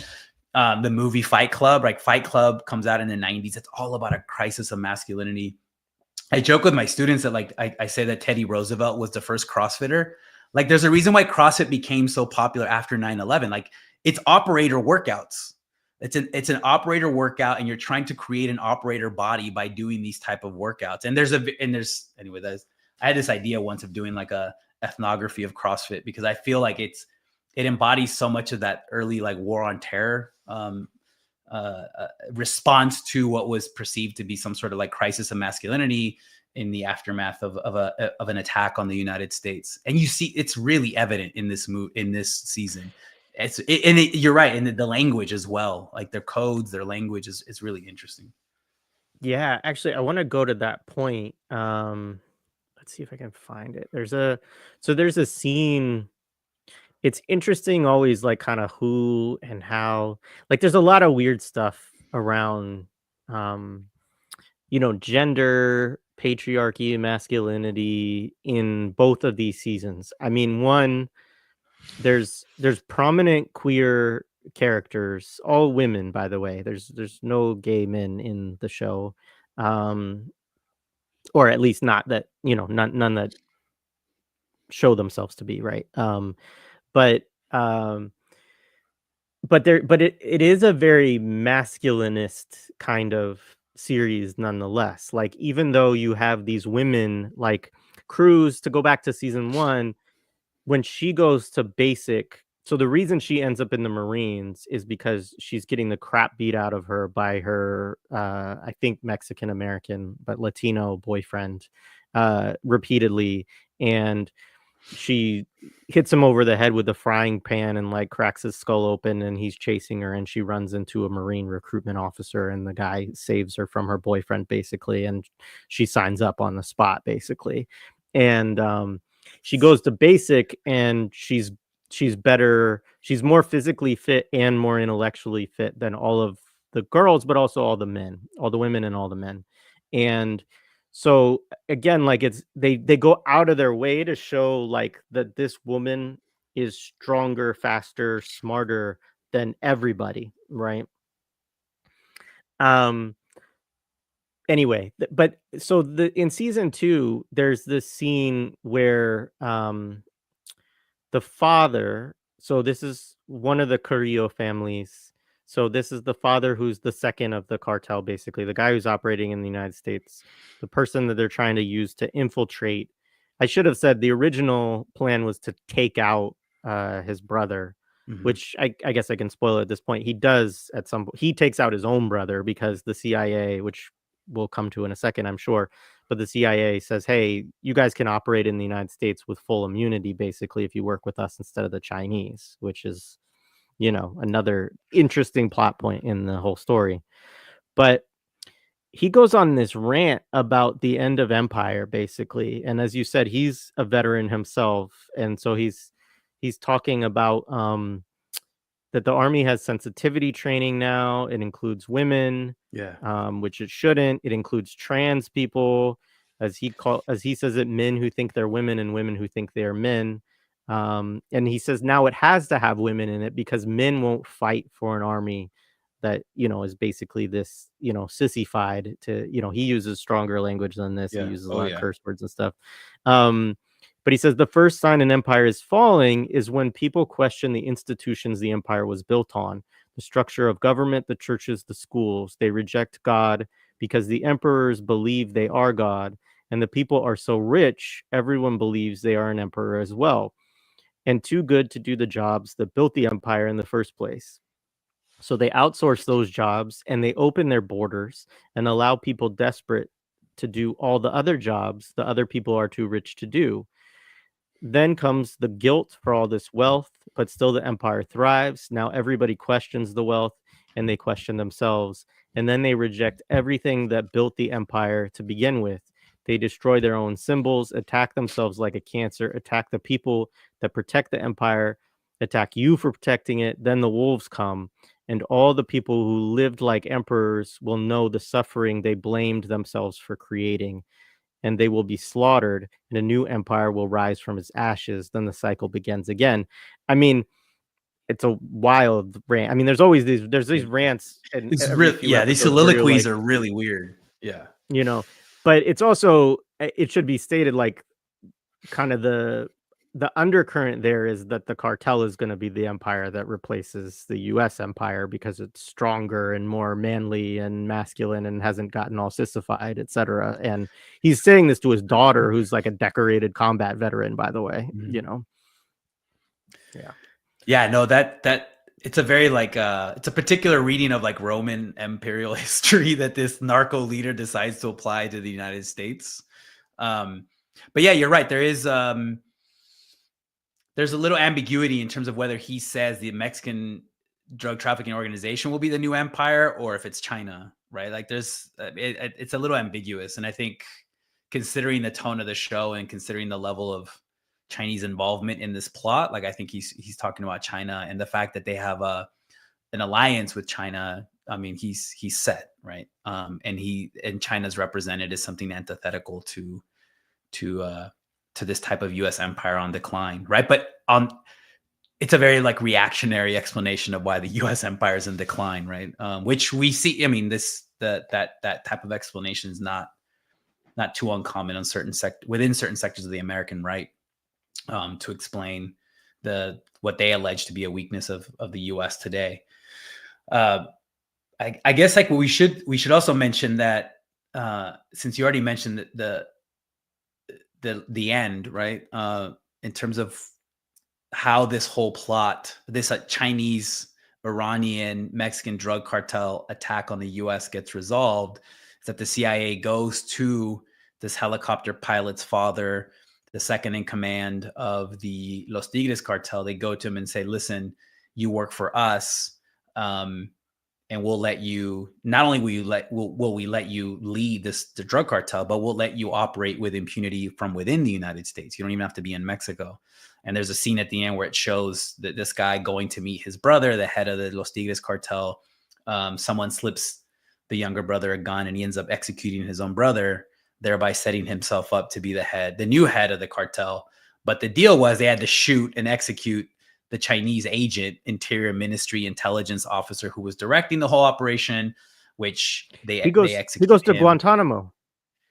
Oh, they sent him to Guantanamo. I thought they killed him. All right, no, they sent him to Guantanamo. Then. No. They sort of, it's like vague, but then Kyle, who's like the blonde hair like guy, he goes, "We're taking him to Guantanamo," and the deputy director is like, okay, yeah. Well, there you go. So even so it's just so the way the CIA again operating above the law, because again, their logic is the preservation at all costs of the United States empire.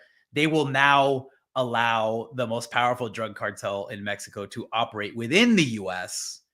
I guess it's better the devil you know and can control, and they're going to allow him to operate with impunity within the U.S. Right. So that brings up all sorts of questions. Right. It obviously brings up the idea that the war on drugs is not a war on drugs; it's a war on poor people, whether it's in the U.S. or around the world. Because at the drop of a dime, they just said, no, we need this cartel to be working for us, so we'll allow them to continue to sell their illicit product, a product deemed illicit by United States federal law.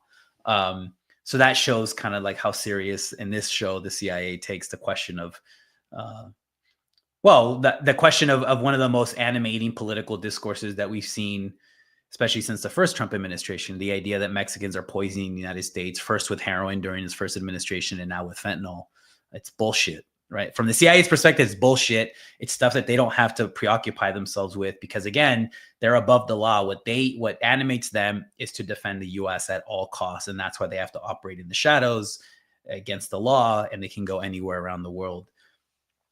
So that's like the part that I got stuck at the end. After that, there's this whole operation where they assassinate the Chinese scientists who are being taken to Iran, which is obviously really insane too.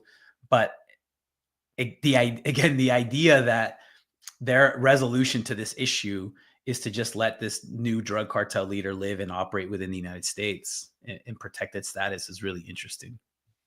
It is interesting, and it actually connects in certain ways to, if you read the U.S. counterinsurgency field manual, like one of the things that they don't say it explicitly in these terms, but they do say it in other terms, which is that they don't care about like how bad an ally of the United States is. Like they don't care about human rights violations. They don't care about whether they're a dictator or if there's they don't care about any of that.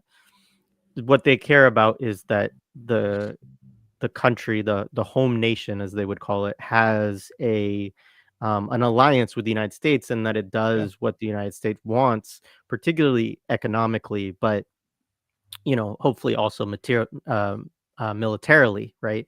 And so I mean, it's like, again, this idea of the problem with the cartel being that China can influence them. Really, at the end of the day, that's the threat. It's not that's the greater threat, and they're willing to sacrifice whatever they need to sacrifice.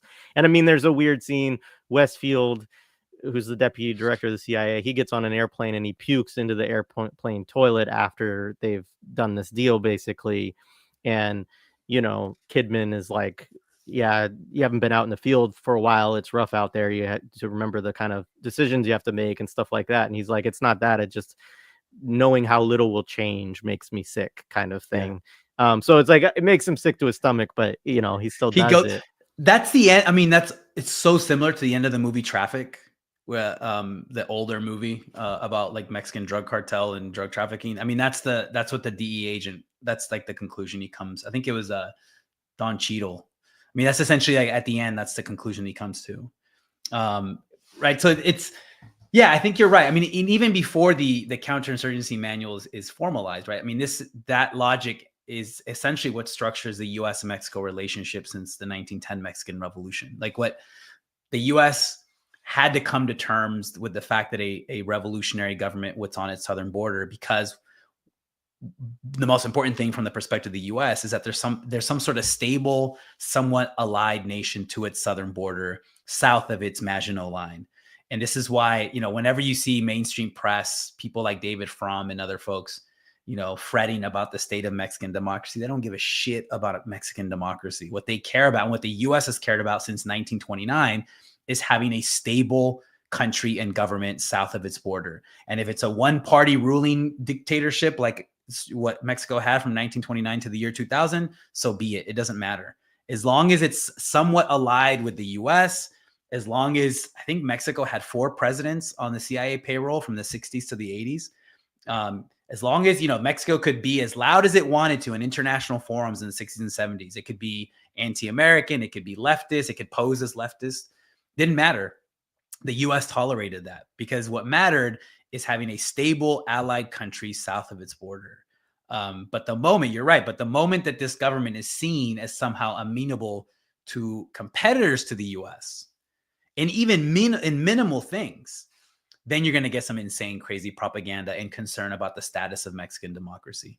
During the last year or two of the López Obrador presidency, the U.S. the Biden administration got really angry at him because they were going to use Chinese technology, screening technology at the U.S.-Mexico border. And the U.S. was like, no, that the Chinese can use that technology to surveil us, like minimal, like very minor thing, or the issue of like how Huawei, right, that company as well. So it's interesting. I mean, that logic is what really matters. And in this show, the Mexican government is nowhere to be seen, right, other than these federal police forces like getting massacred. That the implication there is that they're cool with the U.S. Invading its sovereign territory. The CIA talks about we this needs to be a black op. We need to clean this up. We need to contain this because we don't want to piss Mexico off. But the government is like somewhere off in the background, just allowing or tolerating this to happen. So that kind of like also undermines some of the underlying premises of why this Lioness program has to do what they're doing at the border anyway, right? Like, or it just confirms that this is why that this is what they do, the type of violence that they do, to kind of remind the Mexican government that like, hey, don't get any, you see what we did to your drug cartel that allied itself with China. Don't you get any ideas expanding, commercial or political relationships with that government? Yeah, I mean, that's even sort of stated at a couple. Like they even talk about sending a message to Mexico, basically that they would allow this to happen. Like basically Yeah. that the cartels wouldn't do it if the Mexican government Yeah. wasn't Yeah. also in on it, essentially. And so they all need to be shown, basically. And so that's part of the extraction of this of the. It's not a senator, it's a congresswoman, but Yeah. they talk about it being, noisy and on the news on purpose because they wanted to send a message of like, we'll kill the cartel members, we'll kill a bunch of your cops on the way, and we're going to get Mhm. our congresswoman out of there, Yeah. and there's also like there's a paranoia. So one of the themes in the series, which is not unusual. I think it's just a common kind of military theme. And I do think it's based somewhat in the realities of what military life is, and that it's difficult for military families and so on, right? But there's definitely a theme of this in terms of the CIA operators, particularly Joe, a little bit Nicole Kidman's character, because those are really the only familial discussions that you have on the series. But um that she's constantly putting her life at risk. We didn't mention she gets a bullet hits her cell phone, and fragments of her cell phone go into like her lung and her liver and pierce one of her arteries, I think. And so she has to have all these surgeries, and she goes out and goes into armed combat in Iran like 2 days after the surgery, where everybody's worried that She she's going to almost bleed died. out, Yeah. including her husband, who's a surgeon, right? Um, and but there's this whole theme around sacrifice and the importance of sacrifice, and that, Joe is like a horrible mother, like just terrible mother, terrible wife. Like, just, not that that sounds terrible. That sounds very like kind of patriarchal for me to Yeah, I say was all gonna that shit, say. you know, but, but, but I do mean this in a, like, especially to her kids. Let's just put it in that lens. Like, everybody's constantly afraid that she's going to die, right? And she's constantly putting herself at risk of death. And it's to the point where, like, there are these conversations about it between her and her husband and her and her kids. And there are even scenes where she calls them, like, as she's basically dying, and, then of course she's saved in surgery or whatever, but they think that they've just, her husband thinks he's just heard her die on the phone, that kind of Yeah. stuff. And so there's this constant way that all of this stress of what she does as a CIA officer is like put onto her family, but they can't know anything about it also. And so I think in some ways it's trying to humanize, I guess, the roles of these people. But I think it's also like, I don't know, I just come away from the series, like, you watch it and you're like, these people are all sociopathic. Like, how could you live like this? I don't know. I mean, and that's why I mentioned earlier, like, that on some ways it is sort of a recruitment series. Like, it does have the sort of operation porn that you talked about, of like, making you feel like you're playing Call of Duty, or like this is what it's really like. And, but in the reality of it, they do show this like dark side of it in terms of kind of how terrible these people's lives are on the familial side, and how much, stress and trauma they put their families through. Yeah, and like we don't even learn that much about most of her unit, right? These guys, these they're all former military. Um, but they're like contractors, right? For the CIA. Like they're used for they're contracted for specific operations. They And use we the get term in the first one, I think it's graymen, and I looked yeah, it up, and it's like basically like, yeah, people who, former. like, they are, as I understand it, they are technically employed by the CIA, but they're just sort of like Okay. these guys who just get dropped into Yeah. different operations, and like they get attached to different agencies. They're not officially Rangers or SEALs or anything like that. They might have been But at yeah, one point, right? Yeah, yeah, they might right. have been at one point. And there's also a very permeable boundary between saying that you're employed by the CIA, which they try not to do for plausible deniability, and some sort of like private military contractor, which like that's another aspect of the broader war on terror. Like the number of military contractors that actually died in a place like Afghanistan. Like I've seen estimates that their casualties way outpace like official U.S. military casualties. So we don't know much about that world. I know like Jeremy Scahill has a famous book on Blackwater, but this is a really murky world, and the Yeah. CIA, is involved in it, because from their perspective, it's easier to deal with those folks than to keep people on payroll that might end up representing some sort of liability later on. But yeah, no, it's a weird. But okay, so I think you're completely right, and I think an interesting thing for me to think about is how they justify that. And one of the things, there's two soliloquies in this show that I think are really interesting. One is, I can't remember who was talking about human nature. Was it Joe or was it Morgan Freeman? Where someone says they're talking about it's a world that's like bordering on chaos, right? So even though the US is the global empire and the most powerful entity in the world, chaos is upon the world. And someone says, when we look at people, 5% are good, 5% are stone cold evil, and the rest are sheep that follow who has the upper hand. We don't want to win or lose, but we want to go for the upper hand.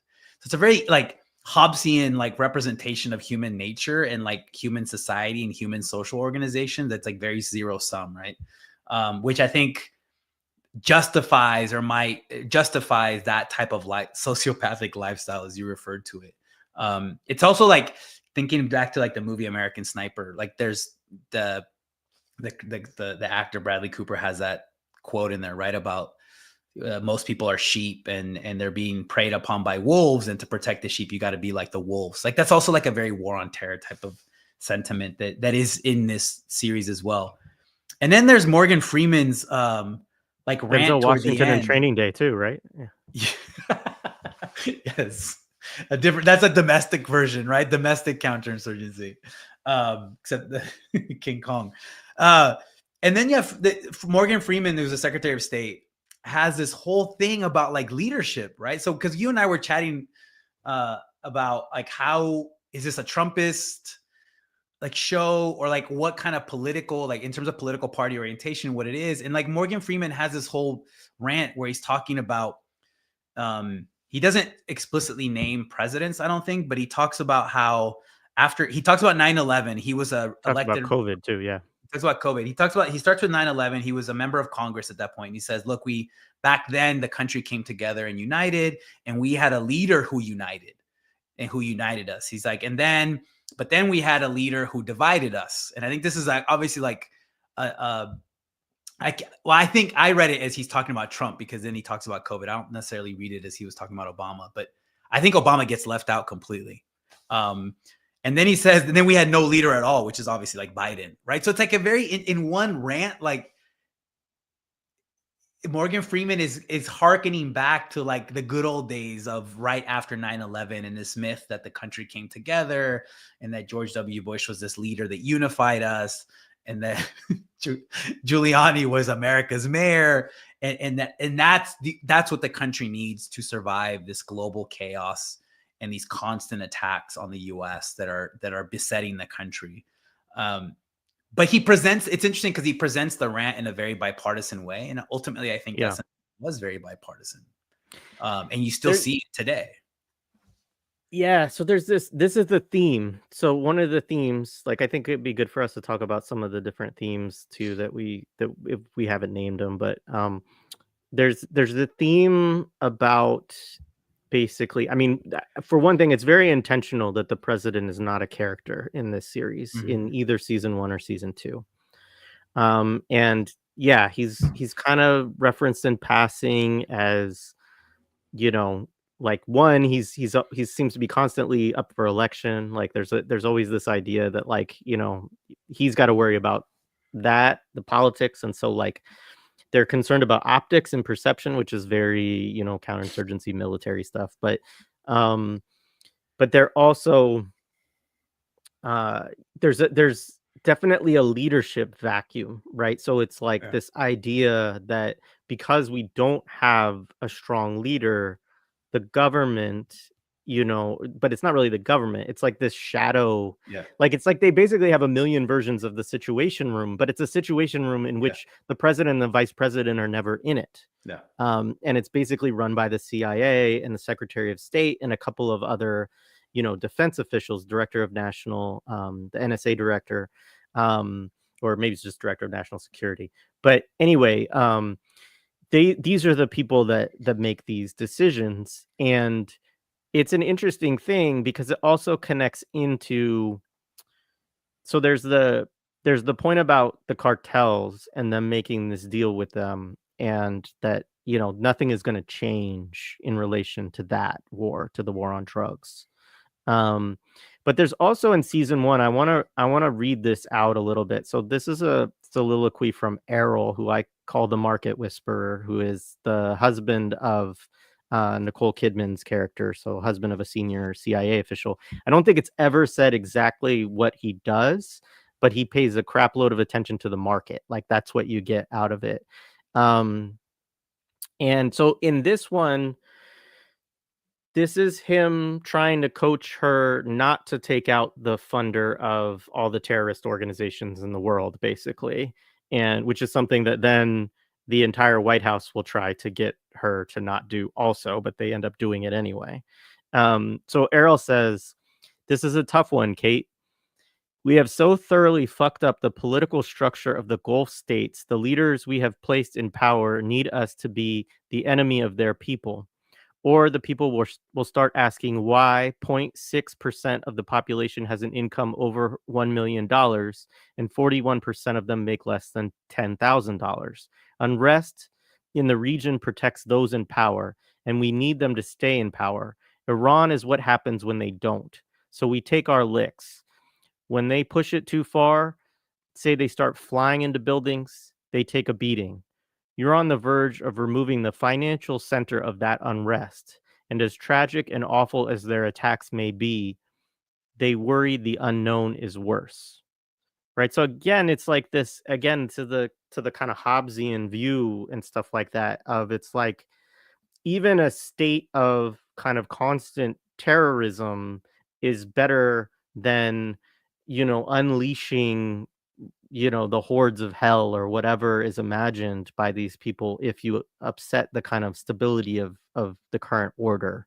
And so it leads to often a very like reactionary conservative, like we don't really want things to change, because even though the fact that I mean, in this first season, it's like these people are responsible for ISIS attacks in Europe is like part of what is constantly said. They actually moved the president out of a speech in Europe because they're afraid that he'll be killed by ISIS if they do this attack.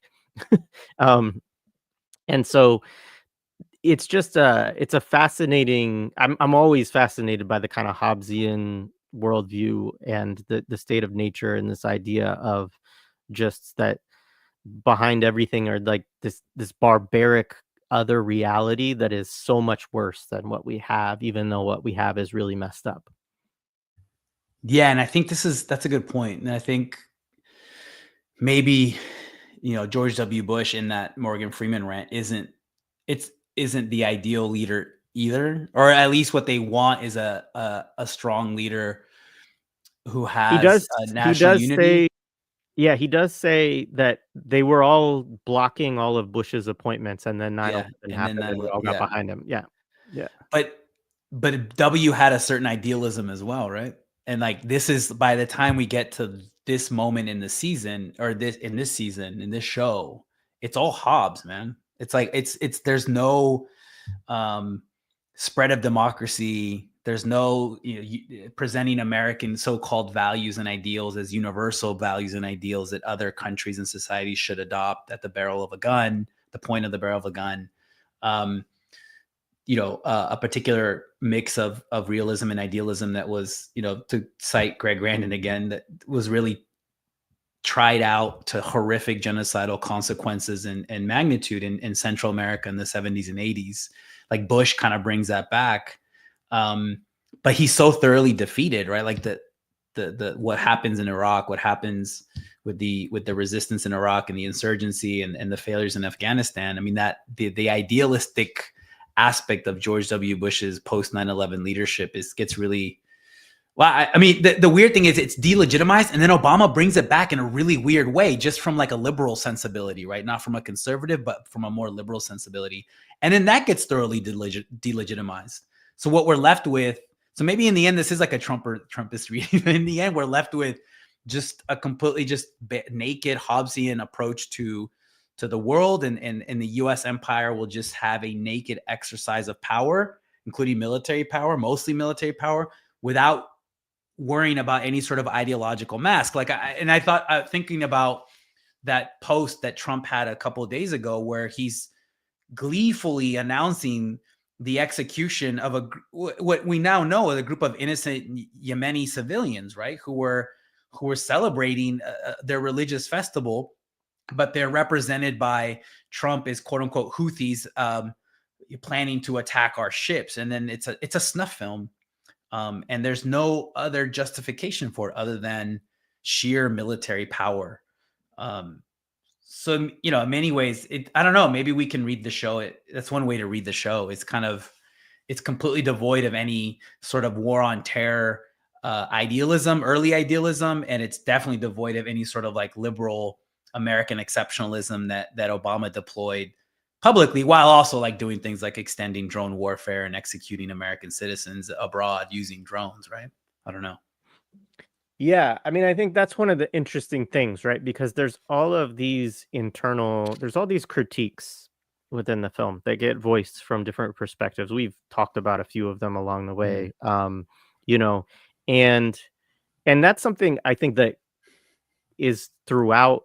Sheridan's work. Like he'll always have these kind of like characters that, you're not necessarily sure whether Sheridan agrees with them or not, but he's putting out these kind of viewpoints that can be quite critical. I mean, season 1 of Yellowstone, there's an indigenous woman who's like an indigenous studies professor who's talking about settler colonialism and all of this, right? And like, um, so like he's very in Landman. Billy Bob Thornton goes on this wild rant about why all these versions of clean energy are actually, not clean. That they're all there's that a wind farm, is because of how much petroleum goes into baking a wood farm, basically, that it never becomes carbon neutral, right? Like, so he goes through all these kind of things, and a lot of times these critiques like are actually sound. Like, there's actually um like the characters are putting something out that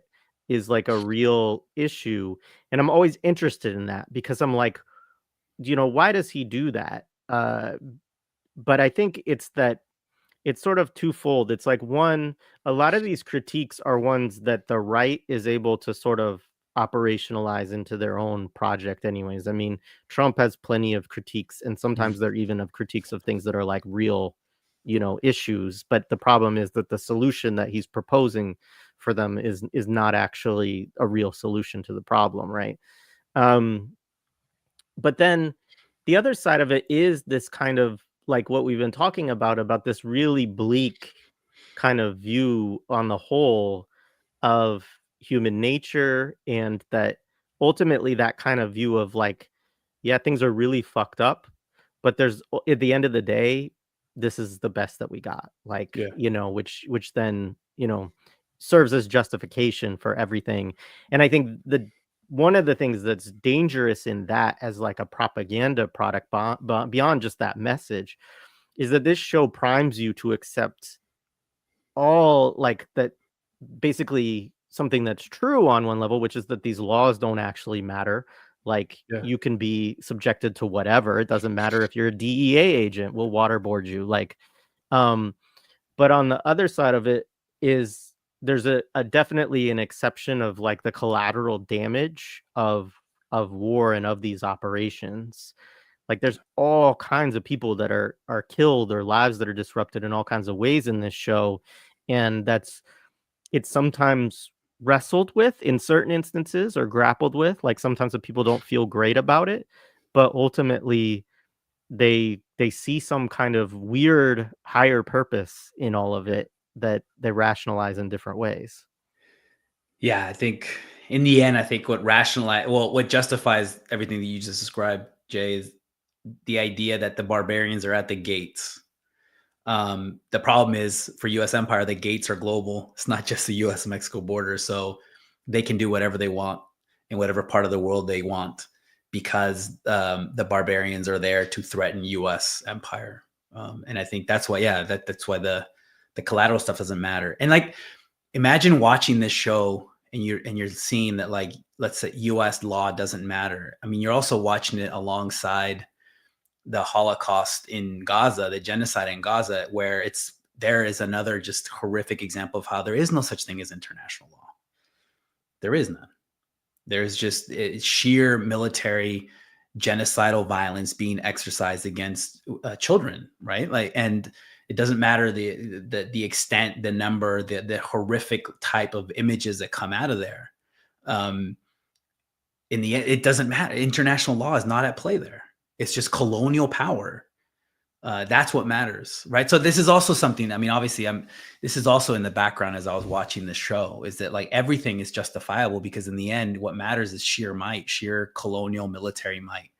The barbarians are at the gates for the U.S., so they can do whatever they want. But again, the gates are global for them. In Israel's case, well, we see what they've done. It's 100 years war that's been intensified. And to genocidal proportions, to immediate genocidal proportions in the last 18 months. I mean, if we needed I mean, we don't need a reminder, but like we're witnessing in real time that this shit doesn't matter. That law doesn't Yeah. matter. International law doesn't matter. We're witnessing at home that law doesn't matter either, right? Like there's the censorship, the deporting people because they are speaking out against the genocide in Palestine. So in many ways, the barbarians were already inside, except the barbarians are our rulers. The barbarians are the people who are not held back by the law, who think that they are above the law. And that's like a longstanding theme in U.S. history as well, right? So, yeah, I mean, for me just watching this season and alongside following what's this horrific genocide in Gaza is just really pushed through that idea and yeah, I mean it's I think the one helpful thing I think that we've discussed is again that idea that the gates are everywhere, but the gates are at home as well. So what we're seeing now under the second Trump administration is yes, the boomerang's coming home, but like the boomerang was launched from here from the beginning, right? It's always been this internal, external relationship when it comes to U.S. empire, and now we're really seeing the fulfillment or the culmination of long-standing processes in U.S. history, but also more short-term ones that have to deal with the war on terror. And with this, in the end, there's three wars in this season, right? So war on migrants, the war on drugs, and the war on terror come together in really dark ways, and it centers on the really dark activities and logics of the CIA. Yeah, that's spot on. Just the Gaza point. I mean, I think one of the things that when they said that line, because they're specifically referencing that there's no moral war, and specifically, using, the bad version of like the October 7th, line from the Israeli perspective, but then pivoting to the 8-year-old in Gaza. It's like, it was like that when that line came across, it was really just like, are you fucking with me right now moment? Like, as I'm watching this, like it really, it got into me, in just like, and so, yeah, I mean, that's, again, it's part of why I really don't recommend that. I'm sorry that I did this to you, Alex, and I don't recommend that people watch this, because I think it's really devious shit at the end of the day. But it's important. It's important to like so in a similar way. I mean, I wouldn't say I wouldn't elevate Taylor Sheridan to like the level of like Cormac McCarthy, but like they reveal something about the horror that the United States is, right? Like the imperial settler colonial core and horror show that the U.S. is past and present. I mean, it's easier to see it's limited and it's fucked up, but like you could see the critique in like McCarthy's work. I think it's harder to see it in Sheridan's, right? And I think that's why it's so easily read as some sort of right wing or libertarian. I mean, I read it more as like libertarian settler fantasies. But then what also makes it so compelling, this is the last thing I'll say about Sheridan. I interrupted you. He also manages to get like because of his growing power, like he gets really good casts. Like, yeah, the cast is insane, right? All his shows have great casts, right? So it's no, I mean, Landman is like Bad Santa in the oil. Like it's amazing. Like, like it's the funniest shit, but like, but it's also really fucked up. And it's a lot of the similar stuff. Like one of the premises in Landman is that, and I'm not spoiling anything because this is like episode 1, but like a cartel steals a plane from an oil company to like do a run, and this is something that happens like every week, and so they don't normally report it to the authorities because the cartels always use their planes, so it's just like there's all this shit. He's really, I want to know, there's got to be some backstory to him and cartels that like there's something there that I don't understand. He's from Texas, right? Like I think that's a lot of it. Like some of his stuff really reads like No Country for Old Men, right? Like it's like what started happening to Texas in like the late 70s, early 80s with the issue of like drug trafficking. There's a question of land. There's a question of settler colonialism. There's a question of indigeneity. There's a question of like when white settlers try to reappropriate their conception of indigeneity to justify a particular type of self-rule and liberty, which is what happens in Hell or High Water, which I've admitted to you, like I really like. It's highly problematic, but I enjoyed that movie. It's probably one of his better, like high level stuff. Just like Sicario, I have this very complicated relationship with Sicario, but like it's like I would say an objectively good movie, even though ideologically and politically and historically it's awful on many levels, right? The stuff that he's streaming with, I mean, maybe this has something to do more like if we look at like the political economy of like TV, like it has the stuff that he's producing is very, it's what sells right now in like an industry that's all about streaming now and less about like Hollywood movies. I mean, I'm sure something also like he's a prolific writer, like the guy's just generating shit like left and right. So I don't know. There's something there, right? Like his creative model is somehow is attuned to like streaming, and it says something about the broader political economy of entertainment in the U.S. as well. Yeah, absolutely. I think this is a good comment, Jackie, is that, yeah, Americans are so indoctrinated to support evil in the name of American exceptionalism and global dominance that most are probably fine with the horrors exposed. I think that that's the part. I mean, the last few years, I feel like have hammered that lesson home, for Yeah. me in a lot of ways, is just how much people are just comfortable either accepting or just like sort of knowing goes on, but not thinking about it or not doing anything about it. So yeah. Yeah. So I do want to actually pivot a little bit. Um, I hope it's not too hard of a pivot, but I think we can draw some connections. So you have a couple pieces on the American Maginot Line in foreign exchanges. I put them both in the show description. I read both of them. There's one part in particular of the second one that I thought we could talk about because I feel like it's really kind of related and is an interesting historical piece. So you dig into kind of electronic warfare at the border and some of the origins of that, as well as this thing called Project X, which I should note, I forgot to mention this. Gutierrez is also given truth serum, Oh, as right. he's That's right. Oh. as he's interrogated and put on a lie detector, and told that they'll kidnap and kill his children basically if he lies or whatever. So, um, there's that's an interesting connection to the work that you did in that piece. So, could you just talk a little bit maybe about Project X and electronic warfare and some of the things that you were looking at in that second piece?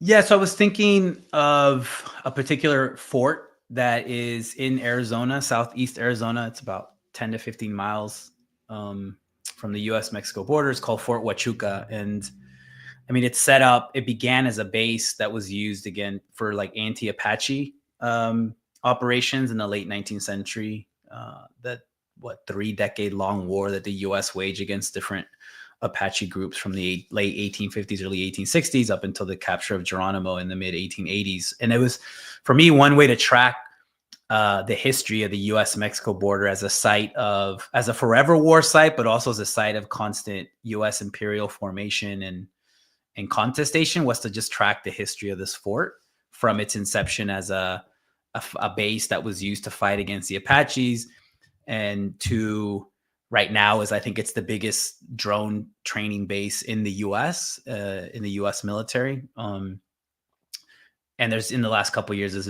articles that have come out that like a lot of the drone training and operations are with a war against Iran in mind. And from the beginning, this fort is linked with like counterinsurgent technologies. So in the war against the Apaches, they experimented with like heliographs, which is like mirrors that they would put up these mirrors on top of the mountains as a way to signal like disparate military units. If one caught wind, they talked about fighting the Apaches like it was fighting the wind. So they would disperse these small U.S. Army cavalry units throughout southern Arizona, and if one managed to see or to have a confrontation against an Apache warrior unit, they could then use these mirrors up on the mountains to kind of signal to other parts of the territory for backup or whatever. But from what I've read, it wasn't all that successful. But it was actually drawn from British imperial efforts in Africa and Asia at the same time. So there's an interesting like counterinsurgent settler colonial technological role that this fort has played, from its fight against the Apaches to its fight against Mexican revolutionaries in the 1910s, to it became like the prime site of like electronic warfare experimentations during the Cold War, particularly like during the Vietnam War. And then it transitions to being like to use Vietnam counterinsurgent technology, using it at the U.S.-Mexico border. So Project X, one of the things I thought about is that Fort Huachuca also trained people in interrogation, and Project X was kind of a way to understand it that I write about in the article is to think about how the Phoenix program in Vietnam came to Latin America, and how CIA used this particular essentially, well, let's to use a war on terror parlance, how to train different Latin American security forces in enhanced interrogation techniques. And this is part of Project X as a counterinsurgent project. And apparently Fort Huachuca represented one of these sites of training and production of manuals and the dissemination of torture manuals in Spanish to different Latin American security forces, armies, police, death squads. Yeah, I mean, it's to the point where, like, by the 2000s, during the war on terror, the officer who had overseen Abu Ghraib was transferred to Fort Huachuca, and there's just like this continuity of counterinsurgency, of technology, of controlling borders, really, that all are embodied in Fort Huachuca. They try to control the border there in the U.S.-Mexico border. They try to control a border against Apaches. They try to control a border in Vietnam to prevent infiltration of Viet Cong and the North Vietnamese army forces. And then it comes back and they try to control the border, the U.S.-Mexico border, again in the 70s and 80s.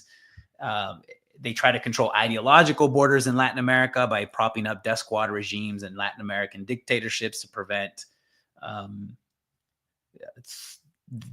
internal enemies fueled by foreign ideologies. It's kind of like the terminology that both U.S. and Latin American government officials would use at the time. All embodied in this one fort, right? So to me, it's really interesting to see how that continues to this day. Fort Huachuca to this day, again, is the biggest training base for drones, and we know that drones are only going to become an even bigger part of warfare to prop up U.S. empire. Apparently Fort Huachuca has a museum, and I guess in the museum, and I didn't include it in the article, but it struck me that in this museum they have a piece of the Berlin Wall.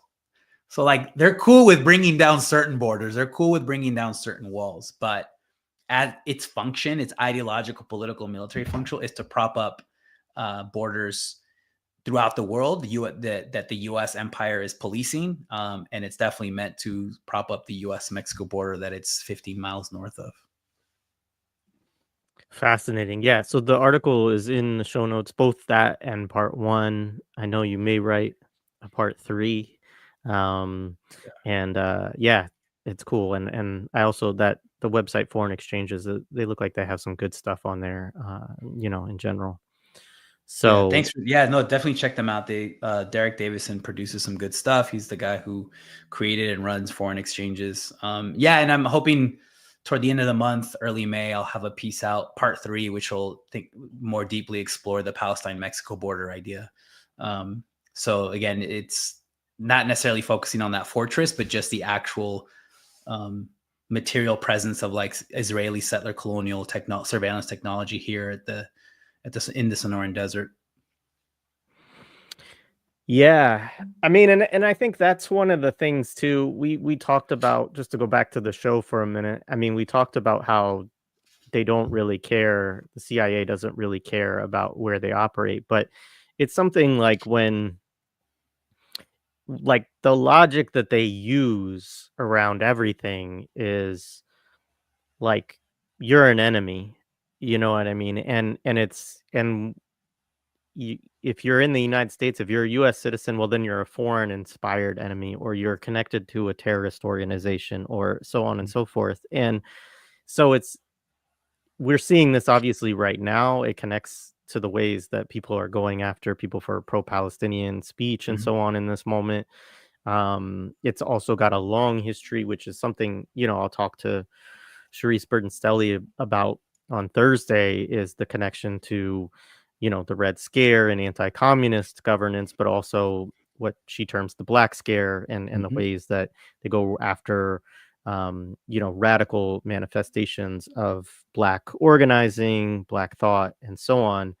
And it's fascinating because on some level, it really does get down to like even just containing ideas, Yeah. I mean, these Yeah, yeah. people are afraid of ideas, afraid of the way people think. And again, it goes to this kind of really, you know, really cynical. Orasami Burton said this on one of our recent discussions. These people have a really cynical view of human nature, Totally. um, and so this idea again that the goal of China is to make sure that everybody in the United States speaks Chinese, right? Like that somehow is what, and that would be Yeah. should be an existential fear for us and for our children, that is a possible future, and Yeah. so therefore everything else, flows from that. And it's really kind of, I don't know, I find it baffling and amazing on some level, but it must have a resonance with people, otherwise they wouldn't keep saying Sure. these things. So yeah, and it's also extremely lucrative. I mean, like just if we think about, um, Fort Huachuca, to use the example that in my article, Fort Huachuca is completely integrated into a private military defense contracting network that includes Lockheed Martin, Raytheon. They're some of the biggest employers in the state of Arizona. There's Israeli defense contractors here. I mean, Arizona has a ton of private military defense companies. So it's also extremely lucrative to reify, to maintain, and to produce new settler borders and imperial borders is an extremely lucrative business. So I think we also have to keep the political economic aspect in mind, and this is what explains kind of like helps explain U.S. support for Ukraine, right? Like, um, there's a lot of money behind it with these private military defense companies that are making the weapons that are being used in that part of the world, and we know that those weapons are being used by the Israeli against tents, against children and journalists and families living in tents with no access to food or water. It's extremely lucrative, and I think that's also subtext for a lot of Sheridan's work that doesn't necessarily get explored, but it takes it for granted, that I think we should think about. Also, like, yeah, I'm glad Dr. CBS will be on to talk about that. I think also like Nick Estes has talked about how like the original Red Scare was like against indigenous peoples, right? Like they're the original communists, they're the original socialists that suffer the Red Scare. And that's a really interesting thing to take. You can trace that lineage from Nick's point to the work, the fabulous work that Dr. CBS has done with Red Scare, Black Scare. I mean, Yeah. it's really interesting. Yeah, right on. I mean, actually, there's an audio episode we'll probably put out in the next couple of weeks with Tariq Khan on this book behind me, "The Republic Shall Be Kept Clean," and it's all about that. Like, it's a Cool. study of 19th century U.S. counterinsurgency focused on indigenous people and Mm. anarchists, primarily. And but yeah, the within the congressional record, Oh yeah. um, the first people that they identify as communists are the Yeah. Dakota Sioux. It Yep. is, and so that I'm not surprised that, yeah, Nick's also written about or talked about that Yeah. No, I history mean because he would be very familiar with it. that anti-indigeneity is like built into the way the U.S. wages wars and understand wars and counterinsurgency. Right? And it is, and you see this again, like hell or high water, going back to Sheridan stuff. Like it's everywhere, right? And what I always tell my students, like to drive home this point, is that what was Osama bin Laden codenamed in the operation that took him out? Well, he's codenamed Geronimo. Like Yep. they've never gotten past that, right? Like from the names of different military hardware to operations to code names to slang, right? Like there's a In Vietnam country. War Yeah, vet yeah, yeah. in country, Indian country, right? Like Right. there's a quote in I can't remember his name, Michael something. He's a Vietnam War vet who he has a quote where he says something like, Vietnam is where the Trail of Tears ended, right? So like the type of military terminology and slang that soldiers would use in Vietnam was all like anti-indigenous warfare language that they developed, which is not surprising, right? It's built into the very like DNA of, it's built into like the Declaration of Independence. But yeah, They also used Geronimo as the code word in season 1 of Lioness when they take out Oh the no. guy who Oh yeah, well, there we go. yep, That means yep, yeah, they don't make yep, it very difficult for us to like put the pieces together, right? Like no. right, like using the Seminole Wars as legal precedents Apache for like helicopters. Apache helicopters, using the Seminoles to justify holding in perpetuity unlawful combatants during the early years of the war on terror, right? Like George W. Bush's lawyers were using legal precedents drawn from the three Seminole Wars, right? So yeah, I mean, it's not, there's really direct connections, and that I think that is, we see a lot of that in Sheridan's work. It's like that settler frontier. It's anti-indigenous, it's anti-native peoples, but it's also that weird like settler tendency to co-opt, appropriate, or to become, to assume, right? Like in the Boston Tea Party, right? Dressing up as indigenous peoples to go and dump the British tea into the harbor, right? To assume a certain type of liberty, quote unquote, liberty or freedom, which is in Hell or High Water. That's what the older bank robber brother does, right? Like, I'm the Comanche now, I'm the Lord of the Plains, as he's like taking out cops. It's weird. I don't know. I think it's a constant dynamic in the U.S. political and cultural imaginary. Yeah, yeah, that nativist sentiment. Um, awesome. This has been great. I'm trying to think if there's anything else that I wanted to touch on, but I think we got to at least most of what I had. Yeah. Anything else from you? I think we fully deconstructed this horrific show, um, and yeah, I don't know. I think that the final thing was just to emphasize this stuff is going to continue to hit because of he's able to bring in. He has a lot of funding and he has good casts, so that's makes it a little dangerous, I think. Yeah, we're not going to be free of it. To the question that was posed to me in the Discord, I don't think we're going to be free of it anytime soon. And I guess one of the things that I think, just one more kind of closing remark is that, I know that especially Yellowstone got branded as kind of like a right wing show. There was, I saw some silly like New York Times op-ed of why liberals should watch Yellowstone, and there was all this discussion about how, coastal elites are not watching it or whatever, which I don't think is actually true, but its audience probably does lean right or whatever. But the I would say that he is really seeking to, like, he's not seeking to speak just to conservatives, and I think this show is probably an example of trying to, draw on, like, kind of the bipartisan consensus around a lot of this, and Yeah. also, Oh I yeah. do think the fact that it is such a diverse cast and that it features, multiple women of like, every lioness is a woman of color, right? All Yeah. 3, and, that this is in, kind of, there's an interesting discourse that's going on because obviously for the right, like, DEI is something that gets attacked from all kinds of quarters, including, the military aspects of it. Mhm. But it's interesting that Sheridan kind of lands in a space where it seems like, he's trying to show, actually, this is why it's necessary. Like, even if maybe we disagree from the right about, like, that we should have gotten here, that at this point there's really no escaping it. We need these people to fight these wars for us. Yeah. um and I think that's an interesting thing, and I think, I don't know, I mean, Paramount Plus is full of this kind of stuff. I mean, there's another show called The Agency. There's, You're not gonna all make the me talk watch that shows. one. No, I'll You're get not. somebody You're else to not. watch that one with me. Yeah. But yeah, it's a there's a what I'm just saying is that there's, I think, an important ideological project that's going on, and Yeah. we shouldn't think that it's just going on, just No. targeting the right. I think that Yeah. this is I part agree. of what among liberals builds a kind of consensus also around these same, ideas, basically. Yeah, I think this show would also be for like the Jonathan Chait types, right? Who were very supportive of the Iraq war.